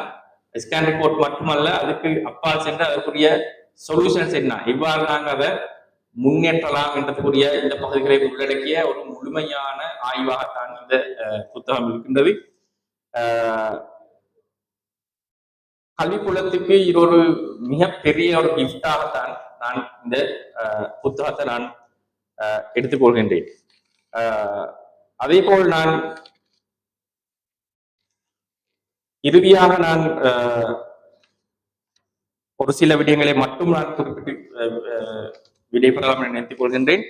எமது எதிர்காலம் இவ்வாறு இருக்க போகின்றது என்ற தொடர்பான ஒரு இன்சைட்டை கொடுப்பதற்காக, ஒரு ஐடியாவை தரத்துக்காக நான் ஒரு சில டேட்டாஸை மட்டும் நான் எடுத்துக்கொண்டு வந்தேன்.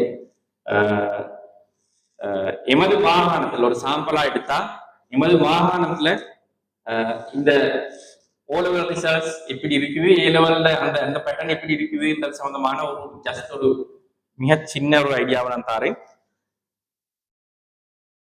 ஏலெவல்ல நீங்க எடுத்துக்கொண்டீங்கன்னு சொன்னால், எமது 2022, 23, 24 இந்த காலப்பகுதிகளில் பயாலஜி ஸ்ட்ரீம்ல முஸ்லிம் பாடசாலைகளோட இந்த பாஸ் ரேட், அதாவது நான் சொல்ற பாஸ் ரேட்ன்றது மினிமம் 3 years எடுத்த அந்த ரேட் வந்து 67 வீதம் 2022ல 70 வீதம் 66 வீதம் இந்த நிலையில தான் இருக்குது. இது வந்து ஜஸ்ட் பாஸ் ரேட் 3 years எடுத்த அந்த விடயம். இதெல்லாம் யூனிவர்சிட்டி கிடைச்சுமா கிடைச்சாலானது எங்களுக்கு சொல்ல இயலாது. இது பயாலஜியில மொத்தமாக எமது ஏறத்தாழ இந்த மாகாணத்துக்குள்ளேயே தங்கி படித்திருக்கின்ற மாணவர் எண்ணிக்கை வந்து 155 2022ல, 157 2023ல, ஏறத்தாழ 150 மாணவர்கள் தான் பயாலஜி ஸ்ட்ரீம்ல இந்த 2 மாகாணங்கள்லையும் கேகாலை மாவட்டத்திலேயும் ரத்னபுரி மாவட்டத்திலேயும் இணைந்து இந்த துறையில் இந்த வருடங்கள்ல பரீட்சைக்கு தோற்றி இருக்கின்றார்கள். இதே போல் நாங்கள் பிசிக்கல் சயின்ஸ் எடுத்துக்கொண்டீங்கன்னு சொன்னா அதுலேயும் ஏறத்தாழ 3 வருடங்களையும் 55, 58, 64 இந்த ரேஞ்சில தான் இந்த பாஸ் ரேட் இருக்கு. அந்த பிசிக்கல் சயின்ஸுக்குரிய மாணவர்கள் தொகை வந்து நீங்க பாத்தீங்கன்னா 22ல 53, 23ல 60, 24ல 74 மாணவர்கள் தான் இந்த 2 மாகாணங்களையும் உள்ள பாடசாலைகள்ல தங்கி இருந்திருக்கின்றார்கள். அப்ப கொமர்ஸ் நீங்க எடுத்துக்கொண்டால் 72 வீதமான பாஸ் ரேட் இருக்குது 22ல, திருப்பி 66, திருப்பி 69, ரஃப்லி நாங்க பார்த்தோம்னா 70 வீதமான மாணவ பாஸ் ரேட் தான் இருக்குது. இப்ப நீங்க ஆர்ட்ஸ் எடுத்துக்கொண்டீங்கன்னா கிட்டத்தட்ட 80% பாஸ் ரேட் வந்து இருக்குது. நாங்க திருப்பியும் அதே பேட்டர்ன்ல தான் எடுக்கிறோம். ஆர்ட்ஸ்லயும் காமர்ஸ்லயும் ஹையர் லெவல்ல பாஸ் ரேட் இருக்குது. திருப்பி நாங்க பயோ சயின்ஸ் மேக்ஸ்ல நீங்க பாத்தீங்கன்னா திருப்பி 50 to 60, 50 to 60 வீதம் பாஸ் ரேட்ல தான் நாங்க இருக்கிறோம். ரைட். அடுத்தது இதில் இன்னொரு முக்கியமான விஷயம், எமது மாகாணத்திலிருந்து வெளி மாகாணங்களுக்கு சென்று பெரிய மெசிவ் ப்ரொஜெக்ட்ஸ் இருக்குது. உங்களுக்கு தெரியும், 1000 புல்லுகள்ல போட்ட ஒரு ப்ரொஜெக்ட்ஸ், அப்படியான ப்ரொஜெக்ட்ஸ்ல எல்லாம் போய் படிக்கிறாங்க. இந்த டேட்டா இல்லை. இது நான் சொல்றது வந்து பாடசாலையின் கூட போய் பாடசாலையிலே இந்த கல்வி கற்ற மாணவர்கள் தான் சொல்றேன் நான். இன்ஜினியரிங் டெக்னாலஜியை பொறுத்தவரையில அதுலேயும் 50 வீதம் தான் அந்த பாஸ் ரேட் இருக்குது. அப்ப பயோசிஸ்டம் டெக்னாலஜியில கிட்டத்தட்ட 80 வீதமான ஒரு பாஸ் ரேட், 80-83 வீதமான பாஸ் ரேட் இருக்குது. அப்ப இதுல இன்னும் ஒரு பேட்டர்னும் உங்களுக்கு விளங்குது என்னென்றால், பொதுவாக பிஎஸ்டிக்கு வந்து கேர்ள்ஸ் தான் கூட போவாங்க. அப்ப அதுல பாஸ் ரேட் வந்து கூட இருக்குது. ரைட். இடெக்ல பொதுவாக பாய்ஸ் தான் போவாங்க. அப்ப அதுல பாஸ் ரேட் திருப்பி லோ லெவல்ல தான் இருக்குது. அதே மாதிரி ஆர்ட்ஸ்லயும் பொதுவாக கேர்ள்ஸ் தான் கூட. ரைட். அப்ப அந்த பாய்ஸ் கல்வி தொடர்பான பிரச்சனை ஒன்று இருக்குது. அதே போல் நாங்க சாதாரணமாக நாங்க பார்த்தோம்னா இந்த 3 வருடங்கள்லயும் எங்களோட ஓவரால் பாஸ் ரேட் வந்து 70, 65, 70 இந்த ரேஞ்சில் தான் இருக்குது. ஆனால் நாங்க எங்களோட கிட்டத்தட்ட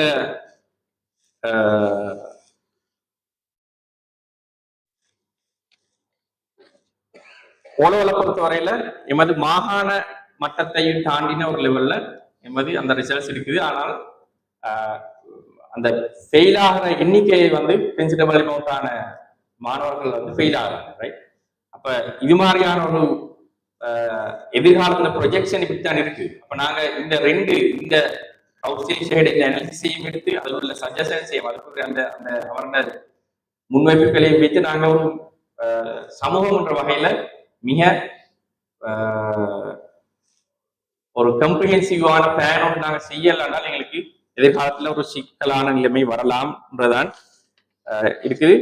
அந்த வகையில நாங்க கவனம் செலுத்த வேண்டும் என்று நான் ஒரு சில பகுதிகளை மட்டும் நான் குறிப்பிட்டு முடித்துக் கொள்கின்றேன்.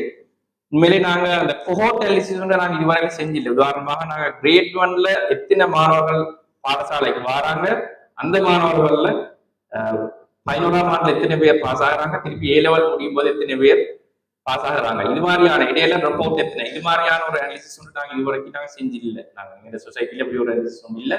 அப்ப இதை பார்த்தால் தான் எங்களுக்கு விளங்கும் ட்ராப் அவுட் எவ்வளவு இருக்குது, எந்தெந்த கட்டங்கள்ல அவர் விலகுறாங்க, கேர்ள்ஸ் பாய்ஸ் ரேஷியோ எப்படி போகுதுன்னு, இது மாதிரியான விடயங்கள்.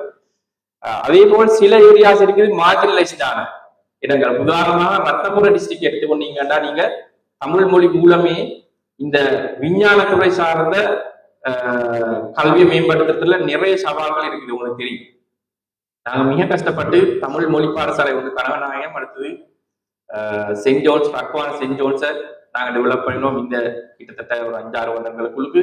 அதே மாதிரி ஜெயலலிதா தேசிய பாடசாலையில சயின்ஸ் ஆரம்பிக்கிறோம், திருப்பி நிப்பாட்டுறோம். அதுக்குரிய டீச்சர்ஸ் மாற தேடுறது மிகப்பெரிய சிக்கலா இருக்குது. இது மாதிரியான சில பொக்கட் டிஸ்ட்ரிக்ட்ஸ் இருக்குது, பொக்கட் ஏரியாஸ் இருக்குது, அங்க எங்களுக்கு இது மாதிரியான சிக்கல்கள் இருக்குது. அப்ப நாங்க டீப்பா இன்னும் போக்கஸ் ஆகி நாங்க ஆராய வேண்டிய நிலைமை இருக்குது. அதே போல பொதுவான எல்லா இடத்துலயும் ஒரு சிக்கலாக தான் டீச்சர்ஸ் ஷார்டேஜஸ், அதே மாதிரி அதையும் குறிப்பாக பிரின்சிபல் ஷார்டேஜஸ், தரம் வாய்ந்த அதிபர்கள் சம்பந்தமான பிரச்சனை எல்லா ஏரியாலையும் குறிப்பாக இருக்குது. அடுத்தது எங்கட இப்ப நாங்க பொதுவாக ஒரு சமூகமாகவே நாங்க பொதுவாக ஷோர்ட் கட்ஸ் போறதுதான் மிச்சம் விருப்பம்.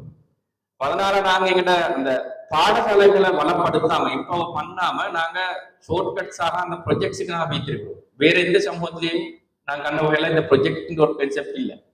சிங்கள சமூகமா இருக்கட்டும் அல்லது தமிழ் சமூகமா இருக்கட்டும், அவர்களோட அந்த ப்ரொஜெக்ட் கன்செப்ட் இல்லை.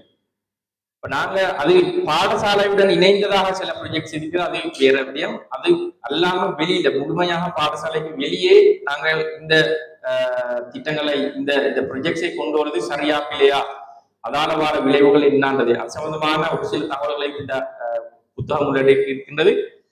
இதுல விளைவு என்ன சம்பந்தமாக நாங்கள் டீட்டெயில் ஆராய வேண்டியிருக்கிறது. சில நேரங்கள்ல அந்த கல்விக்கான செலவு காரணமாக விஞ்ஞானத்துறை சார்ந்த அல்லது அந்த துறைகளுக்கு மாணவர்கள் போறதுல ஒரு சிக்கல் இருக்கிறதா என்ற பிரச்சனையும் மிக முக்கியமான வினாவாக இருக்கின்றது. ஆகவே இது போன்ற விடயங்களையும் நாங்கள் எதிர்காலத்திலே ரோப்சேன்ஸ் அவர்கள் உட்பட இந்த சமூகம் அவதானிக்க வேண்டும் என்று நான் வேண்டிக் கொள்கின்றேன். இறுதியாக நான் அவருடைய புத்தகத்திலிருந்தே ஒரு பகுதியை கோட் பண்ணி முடிக்கின்றேன். அவர் நான் ஏற்கனவே அந்த குறிப்பிட்ட புத்தகத்திலேயே ஒரு முக்கியமான விடயத்தை குறிப்பிட்டிருந்தார். அது எனக்கு அந்த 9ஆம் ஆண்டிலேயே எனது மனதில் பதிந்த ஒரு விடயம். அன்டோனியோ கிராம்ஸ்கி என்ற அந்த ஒரு அறிஞர் புத்திஜீவிகளை 2 வகையாக பிரிப்பதாக அவர் குறிப்பிட்டிருக்கின்றார். முதலாவது வகையான புத்திஜீவிகள் ட்ரெடிஷனலான கன்சர்வேட்டிவான இன்டெலெக்சுவல்ஸ், அதாவது அவரோட துறை சார்ந்து அவர் நிறைய பங்களிப்புகளை செஞ்சிருப்பாரு. அவர் டாக்டர்ல அவரோட துறையில ஒரு பெஸ்ட் டாக்டரா இருப்பாரு. ஆனா அவர் சமூகத்துல அவரை காணலாமே, சமூகத்துல அவர் எந்த ஒரு வேலையும் செஞ்சுக்க மாட்டார். ஆர்கானிக் இன்டெலெக்சுவல்ஸ் இன்னொரு வகையை பற்றி அவர் குறிப்பிட்டாரு. உயிர்ப்புமிக்க புத்திஜீவிகள் எனக்கு நான் நினைச்சேன் அந்த வசனத்தை பாவிச்சு சரியா இருக்கும் ஞாபகத்துல நான் சொல்றேன். உயிர்ப்புமிக்க புத்திஜீவிகள் அந்த ஆர்கானிக் இன்டெலெக்சுவல்ஸ் அந்த பகுதியினர் தமது சமூகத்தில் உள்ள அந்த தமது துறை சார்ந்த அறிவுக்கு அப்பால் சென்று தமது சமூகத்தில் உள்ள பிரச்சனைகள், சிக்கல்கள், அந்த கண்டெக்ஸ்டுக்கு அந்த பிரச்சனைகளை அவர் எடுத்து அதுக்குரிய சொல்யூஷன்களை டெவலப் பண்ணி அதுக்காக உழைக்கின்றவர்களாக இருக்கின்ற அந்த தொகுதியினர். அந்த வகையில் ரவுசேன் ஷேக் அவர்கள் வெறுமனே ஒரு துறை சார்ந்த புத்திஜீவி மட்டுமல்ல, சமூகத்தில் உள்ள பிரச்சனைகள் மிக முக்கியமான பிரச்சனைகளுக்கான பங்களிப்புகளாகத்தான் அவரது இந்த நூல்களும் அவரது இந்த பணியும் அமைந்திருக்கின்றது. அந்த வகையில் அல்லாஹ் தஆலா அவருக்கு நீண்ட ஆயுளை வழங்கி எதிர்காலத்திலே மென்மேலும் இந்த பங்களிப்பை விரிவுபடுத்த வேண்டும் என்று இறைவனிடம் வேண்டி இறைவனிடம் இந்த விழாவின் சிறப்பு விருந்தினருக்கான நினைவு சின்னம் வழங்க வைக்கப்பட உள்ளது. நினைவு சின்னத்தை வழங்குவதற்காக பள்ளிகள் பரிவாரண சபை உப தலைவர் அல்ஹாஜ் இம்ரான் நவாஸ் அவர்களையும் செயலாளர் அல்ஹாஜ் நதீம் அவர்களையும் அன்பாக மேடைக்கு அழைக்கின்றேன். நினைவு சின்னத்தை பெற்றுக் கொள்வதற்காக எமது இந்த விழாவின் சிறப்பு விருந்தினர் சபரகம மாகாண பிரதி கல்வி பணிப்பாளர் SLES எம் அன்ஷா அவர்களையும் அன்பாக அழைக்கின்றேன்.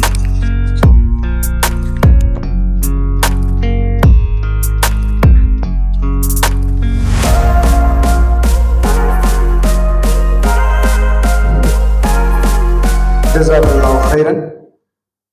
தொடர்ந்து பல ஆண்டுகால உழைப்பு, தேடல், ஆய்வு ஆகியவற்றின் அறுவடையாக மலர்ந்துள்ள இந்த அறிவு பொக்கிஷத்தின் முதல் பிரதிகள் வழங்கி வைக்கப்பட உள்ளது. நூலின் முதல் பிரதிகளை வழங்கி வைப்பதற்காக சிறப்பு விருந்தினர் சபரகம மாகாண கல்வி பிரதி பணிப்பாளர் திரு எம் அன்ஷாப் அவர்களையும், கௌரவ அதிதி அல்ஹாஜ் எம்எல்எம் நவாஸ் அவர்களையும், நூலாசிரியர் கலாநிதி ரவுசைன் அவர்களையும் அழைக்கின்றேன்.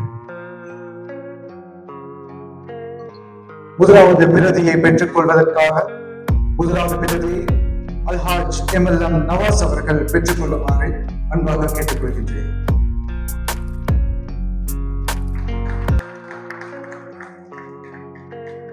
தொடர்ந்து இமாம் அஷேக் ரஷாத் சமான் அவர்களை அழைக்கின்றேன்.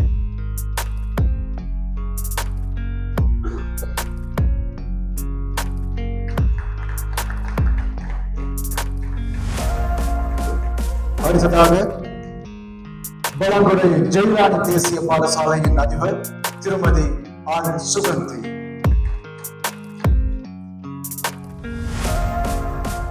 அடுத்ததாக காதி நீதிபதிகள் சம்மேளன தலைவர் அல்ஹாஜ் இமாம் Yahya.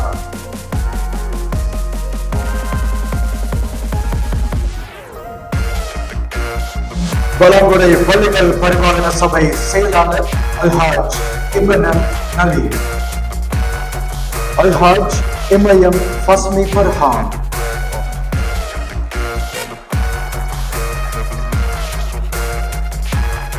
Alhaj MM Rishan Mahdoom,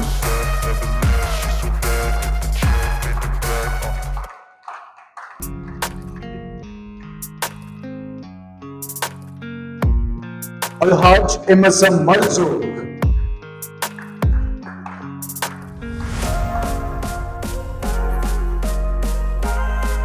Alhaj MLM Kamil,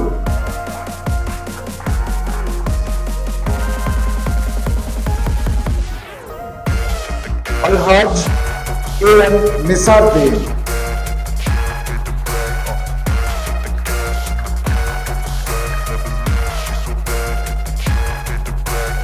Alhaj MTM Thanu,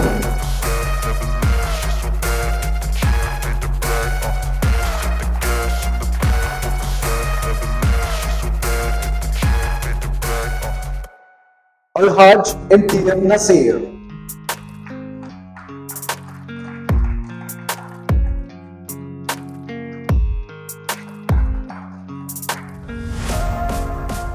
Alhaj Giyas சலாம்,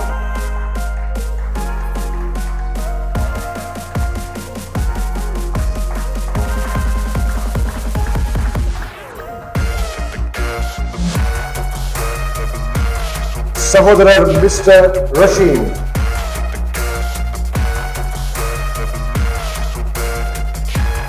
அல்ஹாஜ் ராசிக்.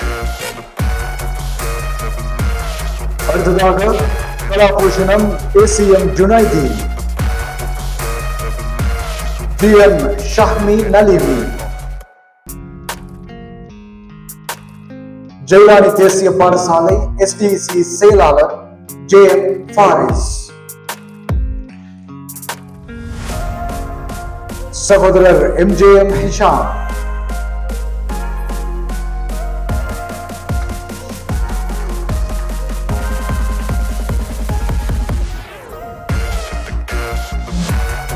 ஃபுர்கான் பள்ளி பரிபாலன சபை பொறுப்பாளர் எம்.ஆர்.எம்.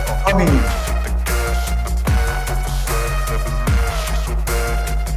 எழுபதுக்கும் மேற்பட்ட நூல்களை அதிபர் நெல்லியாவின் நற்பெயர் ஆழ்ந்த தேடல் செல்வான எழுத்தாற்றல் கொண்ட கலாநிதி ரவுசைன் அவர்கள் தனது இந்த மகத்தான ஆய்வு பயணம் குறித்தும் அவர் சந்தித்த சவால்கள் மற்றும் இந்த நூல் சொல்லும் தீர்வுகள் குறித்தும் தனது கருத்துக்களை பகிர்ந்து கொள்ள தற்போது மேடைக்கு வருகிறார்.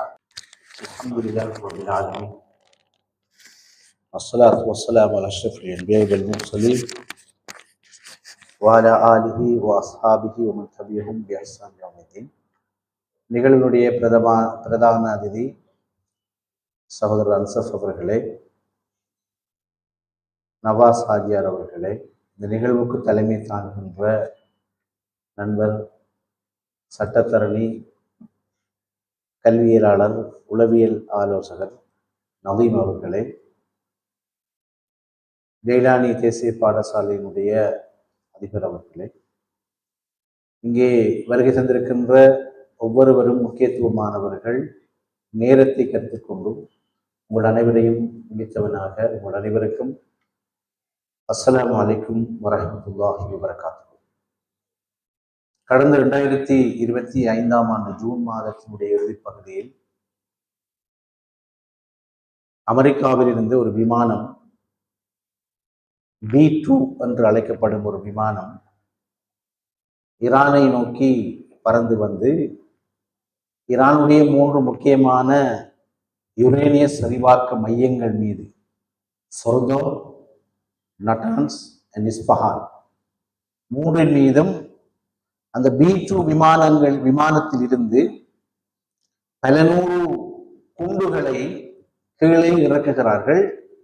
அந்த குண்டுக்கு BBB என்று பெயர், பங்கர் பஸ்டர் பம். அது பூமியில் வீசப்படும் பொழுது கிட்டத்தட்ட 15 மீட்டர் பூமியை தோண்டிக் கொண்டு உள்ளே இருக்கின்ற ஒன்றை தாக்கி அளிக்கக்கூடிய ஆற்றல் கொண்டது. அந்த தாக்குதலில் வாஷிங்டன் வெற்றி பெற்றதா இல்லையா என்பதற்கு அப்பால், அந்த தாக்குதலை நடத்திவிட்டு B-2 அமெரிக்காவை நோக்கி பயணிக்கும் வரைக்கும் ஈரானுடைய ரேடரிலே அது வந்ததும் போனதும் தெரியவில்லை. That's called the power of knowledge. இதைத்தான் நாங்கள் சொல்றோம்,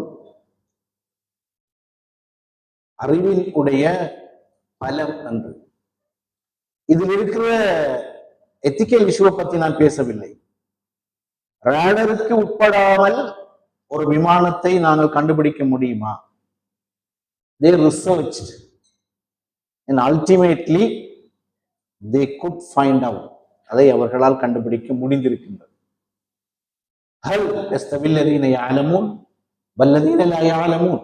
அறிந்தவர்களும் அறியாதவர்களும் சமமாகுவார்களாம். குர்ஆனுடைய 6566 வசனங்கள் இருக்கின்ற பல்லாயிரக்கணக்கான சொற்களிலே 750 முறை மீட்டப்பட்ட சொல் நாலேஜ், அறிவு. ஒரு சமூகம், ஒரு நல்லடியார், ஒரு சாலிகான மனிதர், ஒரு ஹனீஃப், சிலை வணக்கத்தில் ஈடுபடாத ஒரு மனிதர் தன்னுடைய சமகால சமூகத்தை பார்த்து அதனுடைய பாவங்கள், அனாச்சாரங்கள் இவற்றையெல்லாம் கண்டு மனம் வெம்பி இதில் ஒரு நல்ல மாற்றம் நிகழ வேண்டுமே என்று ஒரு மலை குகையிலே ஒதுங்கி தியானம் செய்கின்றார். அப்பொழுது ஒரு வான தூதுவர் அவருக்கு முன்னால் தோன்றி, நீங்கள் எதிர்பார்க்கின்ற, கனவு காண்கின்ற ஒரு நல்ல மாற்றம் இந்த சமூகத்தில் நிகழ வேண்டுமா? அதற்காக நீங்கள் செய்ய வேண்டிய முதலாவது வேலை, இக்ரா Bismi ரப்பிக்கல் லதீ ஹலக். You have to read. You have to search the knowledge. அறிவை தேடுங்கள். அஃபலா யன்துரூன், அஃபலா யததப்பரூன், அஃபலா யதஃபக்கரூன், அஃபலா யதஃபக்கஹூன். ஆராயுங்கள், தேடுங்கள், சிந்தியுங்கள், பகுத்தறிவை பிரயோகிங்கள், பயன்படுத்துங்கள் என்ற பிரயோகங்கள் இதெல்லாம் சேர்த்து குர்ஆனிலே 750 இடங்களிலே, அது அந்த வார்த்தை மட்டும்தான் 750 தடவைகள் குர்ஆனிலே மீட்டப்பட்டிருக்கிறது. குர்ஆனிலே முஸ்லிம் சமூகத்தை பற்றி 2 வெகுமதிகள் சொல்லப்பட்டிருக்கிறது. ஒன்று, you are the best community in the world, குந்தும் ஹைரு உம்மா. இரண்டாவது இறைவன் சொல்கிறான், you have to lead the world, நீங்கள் தான் இந்த உலகத்தை வழிநடத்துகின்ற தலைமை வழங்குகின்ற சமூகம். அது ரெண்டும் உங்களிடம் இருக்க வேண்டும் என்றால் உங்களிடம் 9 qualities and qualification you must have. முதலாவது என்ன தெரியுமா? You have to be a knowledge society. அதான் இக்ரா பிஸ்மி ரப்பிக்க அல்லதி ஹலக் இன்னா அன்ஸல்னா ஹதீத ஃபீஹி பௌசுன் ஷதீதுன் வ மனாஃபிஉன் லின்னாஸ். நாங்கள் இரும்பை இறக்கி இருக்கிறோம். இரும்பு உண்மையிலே பூமியில் உருவாகின்ற ஒன்றால் 1978ஆம் ஆண்டு ஒரு பிரிட்டிஷ் சயின்டிஸ்ட் ரிசர்ச் பண்ணிட்டு சொன்னாரு, உண்மையில் அதை பூமியில் உருவாகவில்லை, இது ஆல்ரெடி வானத்தில் இருந்து குறிப்பிட்ட அளவு பூமியில் இறக்கப்பட்டிருக்கின்றது. That's was the research finding. நாம் அதை இறக்கி இருக்கிறோம், அதில் நிறைய பயன்பாடுகள் ஒன்று, அது மிகப்பெரிய வலு சக்தி வாய்ந்த ஒன்று என்று 1446 ஆண்டுகளுக்கு முன்பு இறங்கிய ஒரு வசனத்திலே இறைவன் சொல்றான். அன்பார்ச்சுனேட்லி இன்னுமே ஒரு அறிஞர் சொன்னார், இன்னஹாதிஹி உம்மா உம்மத்து சூரத்துல் ஹதீத், இந்த சமூகம் சூரத்துல் ஹதீத் இரும்பை பற்றி ஒரு அத்தியாயத்தை கொண்டிருக்கின்ற ஒரு சமுதாயத்தில் இன்னும் அந்த சமுதாயத்துக்கு இரும்பை பயன்படுத்துகின்ற கைத்தொழிலை அவர்கள் கற்றுக்கொள்ளவில்லை என்பதுதான் இஸ் வெரி அன்பார்ச்சுனேட். இதை பாத்தீங்கன்னு சொன்னா 200 கோடி மக்களில் முஸ்லீம்களே 30 கோடி பேர் எழுத வாசிக்க தெரியாது. 56 முஸ்லீம் நாடு ஒரு நாடும் அபிவிருத்தி அடைந்த நாடு இல்லை, இண்டஸ்ட்ரியலைஸ் கண்ட்ரி இல்லை, டெவலப் கண்ட்ரி இல்லை, ஒரு வல்லரசு இல்லை. இந்த பாரசீக வளைகுடாவிலே ஆப்ரஹாம் லிங்கன் என்று சொல்லுகிற கப்பலை வச்சுக்கொண்டு 3 வாரம் கடந்து விட்டது அமெரிக்காவுக்கு. ஈரானுக்கு அடிக்கிறே இல்லையா என்று யோசிக்கிறான். ஏன் யோசிக்கிறான்? அடித்தால் பயங்கரமாக அவன் திருப்பி அடிப்பான், நோ டவுட். அவருடைய சூப்பர்சோனிக் ஜஸ்ட் 10 மினிட்ஸ்ல 1500 ஏரியல் டிஸ்டன்ஸை தாண்டி குறிப்பிட்ட இலக்கை சுக்குநூறாக்க உடைக்கும் ஆற்றல் கொண்ட தொழில்நுட்பத்தை அவன் வளர்த்து வைத்திருக்கிறான். That is a power. நீ இதுல இதுக்காக இஸ்லாம் உலகத்துக்கு வந்தது, இதுக்குன்னா இறை தூதரை பார்த்து என்ன சொல்கிறான் இறைவன்? நீ போருக்கு போனால் நீங்கள் கொண்டு செல்கின்ற ஆயுதங்களை பார்த்து எதிரிகளுக்கு பயம் வர வேண்டும். That is the power of knowledge.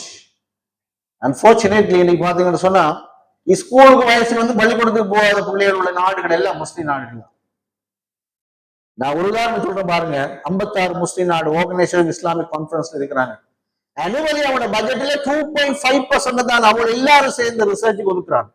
அமெரிக்காவில் 14% 35% ஒதுக்கப்படுகிறது. 400 மில்லியன் அரேபியர்களுடைய வாசப்படியில் 63 லட்சங்களோடு கொண்டிருக்கின்ற யூதர்களுடைய இஸ்ரேல் என்கிற என்டிட்டியிலே தங்களுடைய சொந்த மொத்த பட்ஜெட்டிலே 13% ஒதுக்குகிறார்கள் science and technology research. So the knowledge, first knowledge, Quran சொல்லுது first knowledge. இரண்டாவது சொல்ற உம்மத்துர் ரப்பானியா, நீங்கள் ரப்போடு இருக்கிற சமுதாயம். இருக்கிறோமா? Week out. மூன்றாவது சொல்ற நீங்க ஐக்கியமான சமுதாயம். உம்மத்துல் வஹதானியா, நோ, நாங்க அவுட். எல்லாம் கட்சி, உளவு, நாடு, தேசம், எல்லாம் பிரிஞ்சிருக்கிறோம். மூணாவது சொல்ற நீங்க ஒரு தௌவா சமூகம். இருக்கிறோமா? இல்ல. நாலாவது சொல்ற நீங்க ஒரு நடுநிலையான சமூகம். இருக்கிறோமா? இல்ல. அஞ்சாவது சொல்ற நீங்க எல்லாம் ஒரு உண்மைக்கு மட்டும் சாட்சி பகர்கின்ற சமுதாயமான இருக்கிறோமா? இல்லை. ஆறாவது சொல்கிறார் நீங்கள் ஒரு குளோபல் சொசைட்டி. நாங்கள் அந்த ஃபீலிங்கோட இல்லை. ஏழாவது சொல்றார் நீங்கள் உம்மத்துல் இமாரா, இந்த பூமியை வளப்படுத்துகின்ற சமுதாயம். நாங்கள் அப்படியும் இல்லை.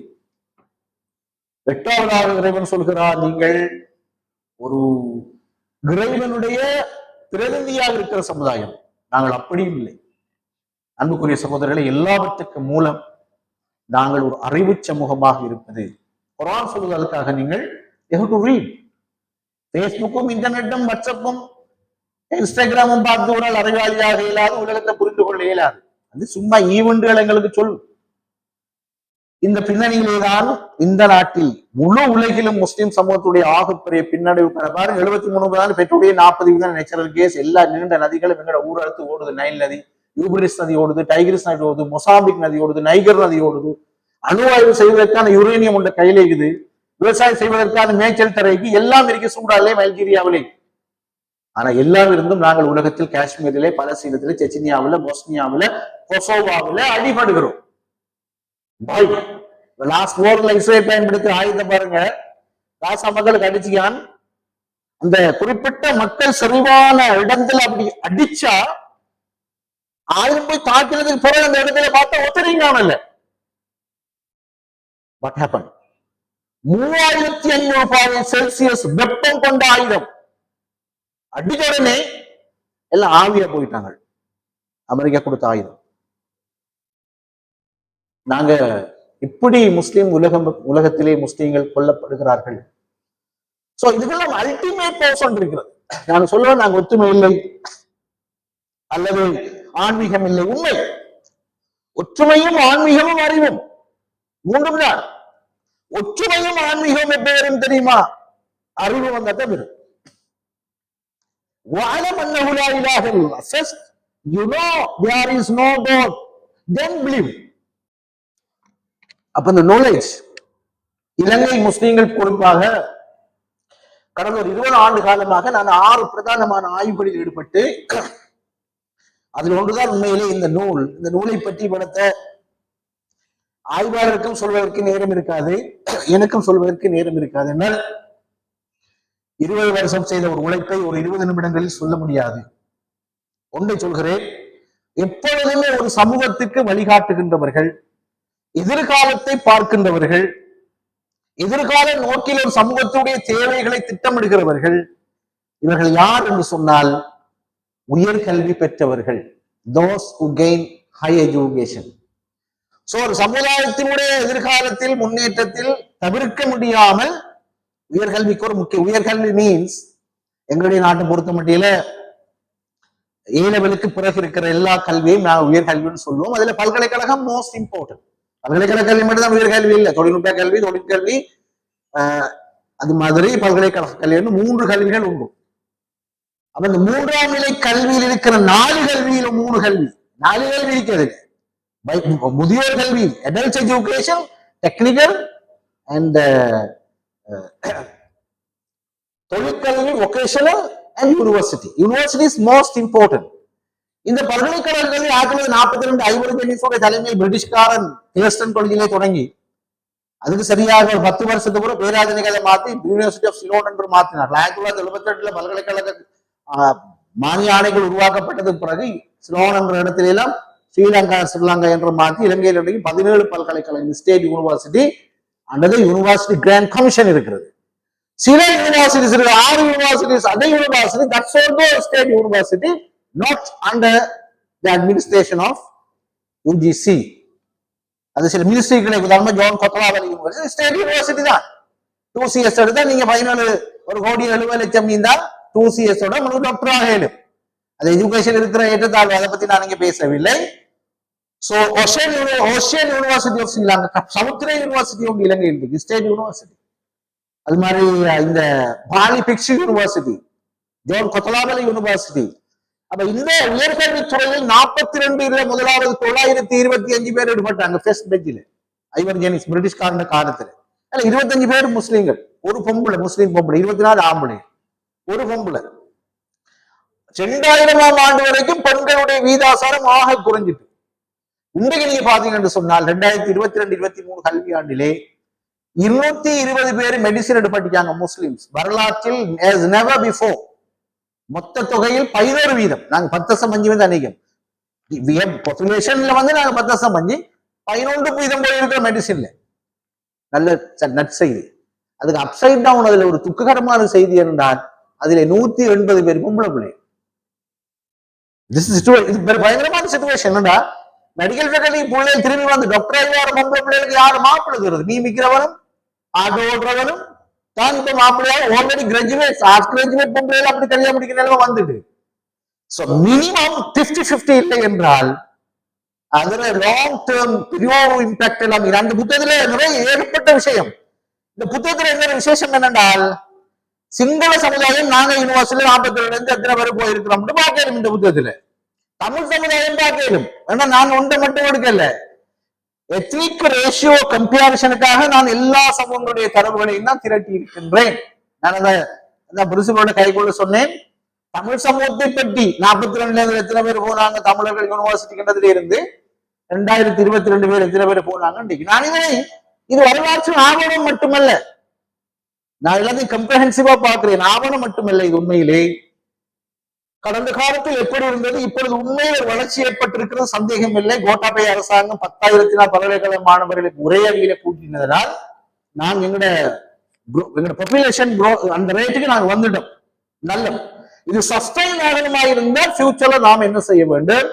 கலை முகாமையிலிருந்து நாங்களே வணிகத்துக்கு போகணும், வணிகத்தை இந்த விஞ்ஞானத்துக்கு போகணும், விஞ்ஞானத்தையும் தாண்டி நாங்கள் பல்கலைக்கழக கல்வியில் என்னத்தை சிந்திக்கணும் என்கிற பரிந்துரைகளும் இந்த நூலில் உண்டு. சோ இந்த நூலை இது என்ன பொறுத்தவரை கம்ப்ரஹென்சிவ். நீங்க யூனிவர்சிட்டி சம்பந்தமாக இலங்கையில பல்கலைக்கழக கல்வியை பத்தி யாராவது படிக்கிறேன்னா இந்த புத்தகத்தை படிக்கிறோம்னா ஃபர்ஸ்ட் சாப்டர் வந்து second chapter history of university education Sri Lanka.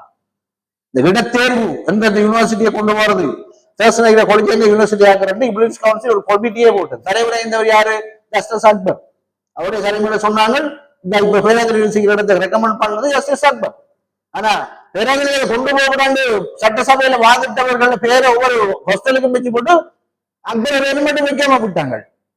கடை யூனிவர்சிட்டி கட்டி எத்தனை ஆண்டுகளுக்கு ஒரு ஹாஸ்டலுக்கு அரைவாசிக்கு அக்பர் ஹால் அடுத்த ஆளுக்கு நெல் ஹால்னு வச்சிருக்கிறாங்க. அது வேற கதை.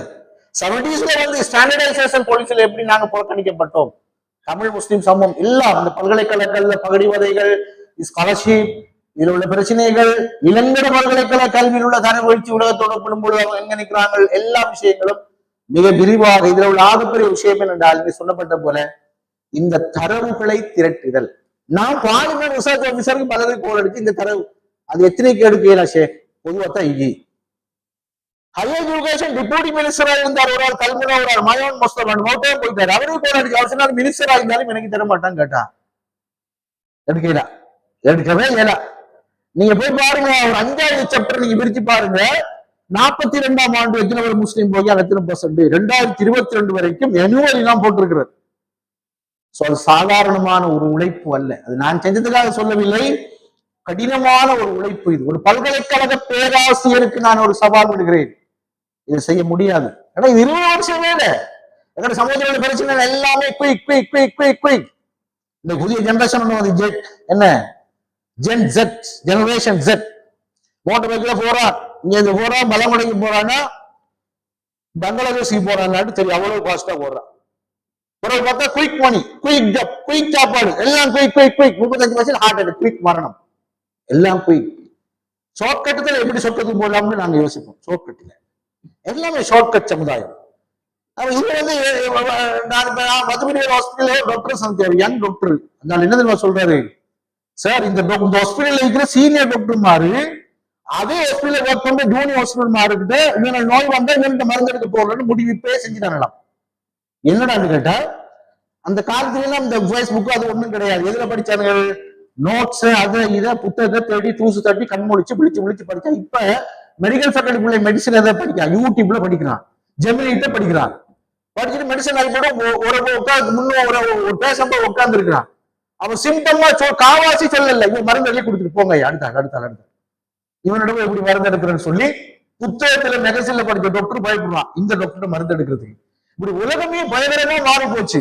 இந்த 400 பேர் யாரையாவது வாசிக்க போறாங்க என்ற கேள்வி உண்டு. அதுக்கு நான் சொல்றேன், வாசிப்பு தான் நாங்க. We are not Instagram society என்று குர்ஆன் சொல்லவில்லை. You are not the Facebook society குர்ஆன் சொல்லவில்லை. உம்மத்துல் கராஹா உஹபுரீன். நாங்க இப்படித்தான் சமுதாயம். என்னையும் பாருங்க என்ன சொல்றாங்க, சார் நீங்க 71 புத்தகம் இது நிப்பாட்டுங்க சார், என்னடா செய்ய யூடியூப்ல வந்து பேசுங்க சார், எல்லாம் புரியா கேட்பேன். நான் பேச மாட்டேன், எனக்கு எழுத கை வராதுன்னு இருந்தா நான் பேசுவேன்னு சொல்லிட்டேன். இப்படி சமுதாயம் மாறிட்டு இந்த மாற்றம் எல்லாம் நீங்களும் எடுத்துக்கொள்ளுங்க. அதுக்கு பிறகு அப்படின்னா என்ன எல்லாரும் சேர்த்து இந்த ரீடிங்கை ஃபுல்லா இந்த புத்தகம் வெளியிட உள்ள ஒன்றும் தேவையில்லை. எல்லாரும் இன்டர்நெட்ல பேஸ்புக்ல குத்திட்டு இருப்போம். 2 பேரும் என்ன எடுத்துக்கொள்ள சொல்றாங்க, நான் எதுக்கொள்ளவே மாட்டேன். நான் இந்த கலை அசையும் வரைக்கும் நான் எழுதி கொண்டே இருப்பேன். ஏனென்றால் அந்த மோசமாக எல்லாருமே நாங்கள் அப்படி போனோம் என்றால் உலகம் எங்கே போய்விடும். அன்புக்குரியவர்களே, சோ இது வெரி சீரியஸ் ஒர்க். நீங்க இதை படிச்சா உங்களுக்கு விளங்கும். ஒரு பல்கலைக்கழக பேராசிரியர் வந்து இதுக்கு ஒரு ஃபார்வர்ட் கொடுத்தீங்க, நீங்க அதை மட்டும் வாசிச்சு பாருங்க, புத்தகத்தை வாசிக்காட்டி பரவாயில்லை. இது எப்படி கஷ்டமான ஒரு ஒர்க் என்று அவர் சொல்லி இருக்கிறார். இதுல நான் ஆவணப்படுத்தல் நமக்கு என்னதுக்கப்பா, வரலாற்று இப்படிலாம் இருந்தோம், அப்படிலாம் இருந்துச்சு சொல்லி என்னத்துக்கு சொல்றோம். இந்த கொழும்புல போன சனிக்கிழமை ஒரு மாநாடு, இந்த கொழும்பு முஸ்லிம்களை பத்தி நான் பேசினேன். இப்படிலாம் இருந்தீங்கப்பா அப்படின்னு பேசுறது மட்டுமா வரலாறு இல்லை, நீ இப்பொழுது எப்படி இருக்கிறாய், அப்பொழுது எப்படி இருந்தாய் என்று அந்த இடைவெளியை பார், வேறுபாட்டை பார். அப்போதுதான் அடுத்த கட்டம் எப்பொழுது இருக்கிறாய் என்பதற்கான உணர்வையும் உந்துதலையும் அறிவையும் நீ வரலாற்றிலிருந்து பெற வேண்டும். பெறாத ஒரு வரலாற்றை பத்தி கதைக்கு புண்ணியமே கிடையாது. 4 புத்தகத்தை என்ன எழுதுகிறேன், இதெல்லாம் இப்படியெல்லாம் போனாங்க, இப்படியெல்லாம் பிரச்சனைக்கப்பா, பிரச்சனைகளுக்கு என்ன தீர்வு, இதுதான் தீர்வு, இதை கண்டடை. இதுக்கு வந்து நான் மதரசாவை பத்தி கதைச்சேன். இந்த மதரசாவில் இத்தனை பிரச்சனைக்கப்பா, இது இப்படி மாத்து, இதுதான் பிரச்சனை, இப்படிதான் சிலபஸ் மாறணும், இப்படிதான் நீதி மாறணும், இப்படிதான் டிரான்ஸ்பரன்சி. ஒருவரும் எடுத்து பார்க்கல. 1000 கோப்பி சொல்லிட்டு 350 கோப்பி அவ்வளவு வாங்கின ஒருத்தருக்கு வாங்கல. எல்லாரும் வாங்கினது யாரு, இஸ்லாமிய துறை சாராதவர்கள். MMBA உள்ள பிரச்சனை இதுதான். இதைத்தான் இவங்க கேட்கிறாங்க, இதுதான் இருக்கு, இதுதான் தேவைன்னு சொல்றாங்க. இவங்க கேட்கறது இஸ்லாமிய அடிப்படை கொடுக்கலாமா? அதான் இந்த ரிசர்ச் தான் இந்த புத்தகத்துல சொல்லி யாருமே எடுத்து படிக்கல. ஏன்? நாம் அடிப்படையிலே வாசிக்கிறவர்களாக இல்லை. வாசிக்கவில்லை என்றால் இந்த சமுதாயத்துக்கு விடிவில்லை. சும்மா நான் கேட்கிறேன், இந்த உலகத்துல நாங்க வாழ்ந்துட்டு மறந்து போறோம், என்னத்த உலகத்துல விட்டு போட்டு போறோம்? இறைத்தூதர் சொன்னார்கள், உன்னோட கபருக்கு வரக்கூடிய 3 விஷயம். உனக்கு துவா கேட்கிற ஒரு பிள்ளையை விட்டுட்டு போ, ஒரு சதக்கத்தின் ஜாரியாசை, இன்னொன்று அதான் மிக விரிவான ஒன்று, நீ பத்திரிகை படிக்கிற இல்லையா, வாங்கி வையப்பா, ஒரு எங்கேயாவது இடத்துல வை, எவனா ஒரு வாசிப்பா. நீ புத்தகம் படிக்கிற, வாங்கி கபருக்கு வை, உனக்கு கொள்ளும் வேற நாள் வாசிப்பா, உனக்கு ஒரு நன்மை கபருக்கு வந்து சேரும்பப்பா.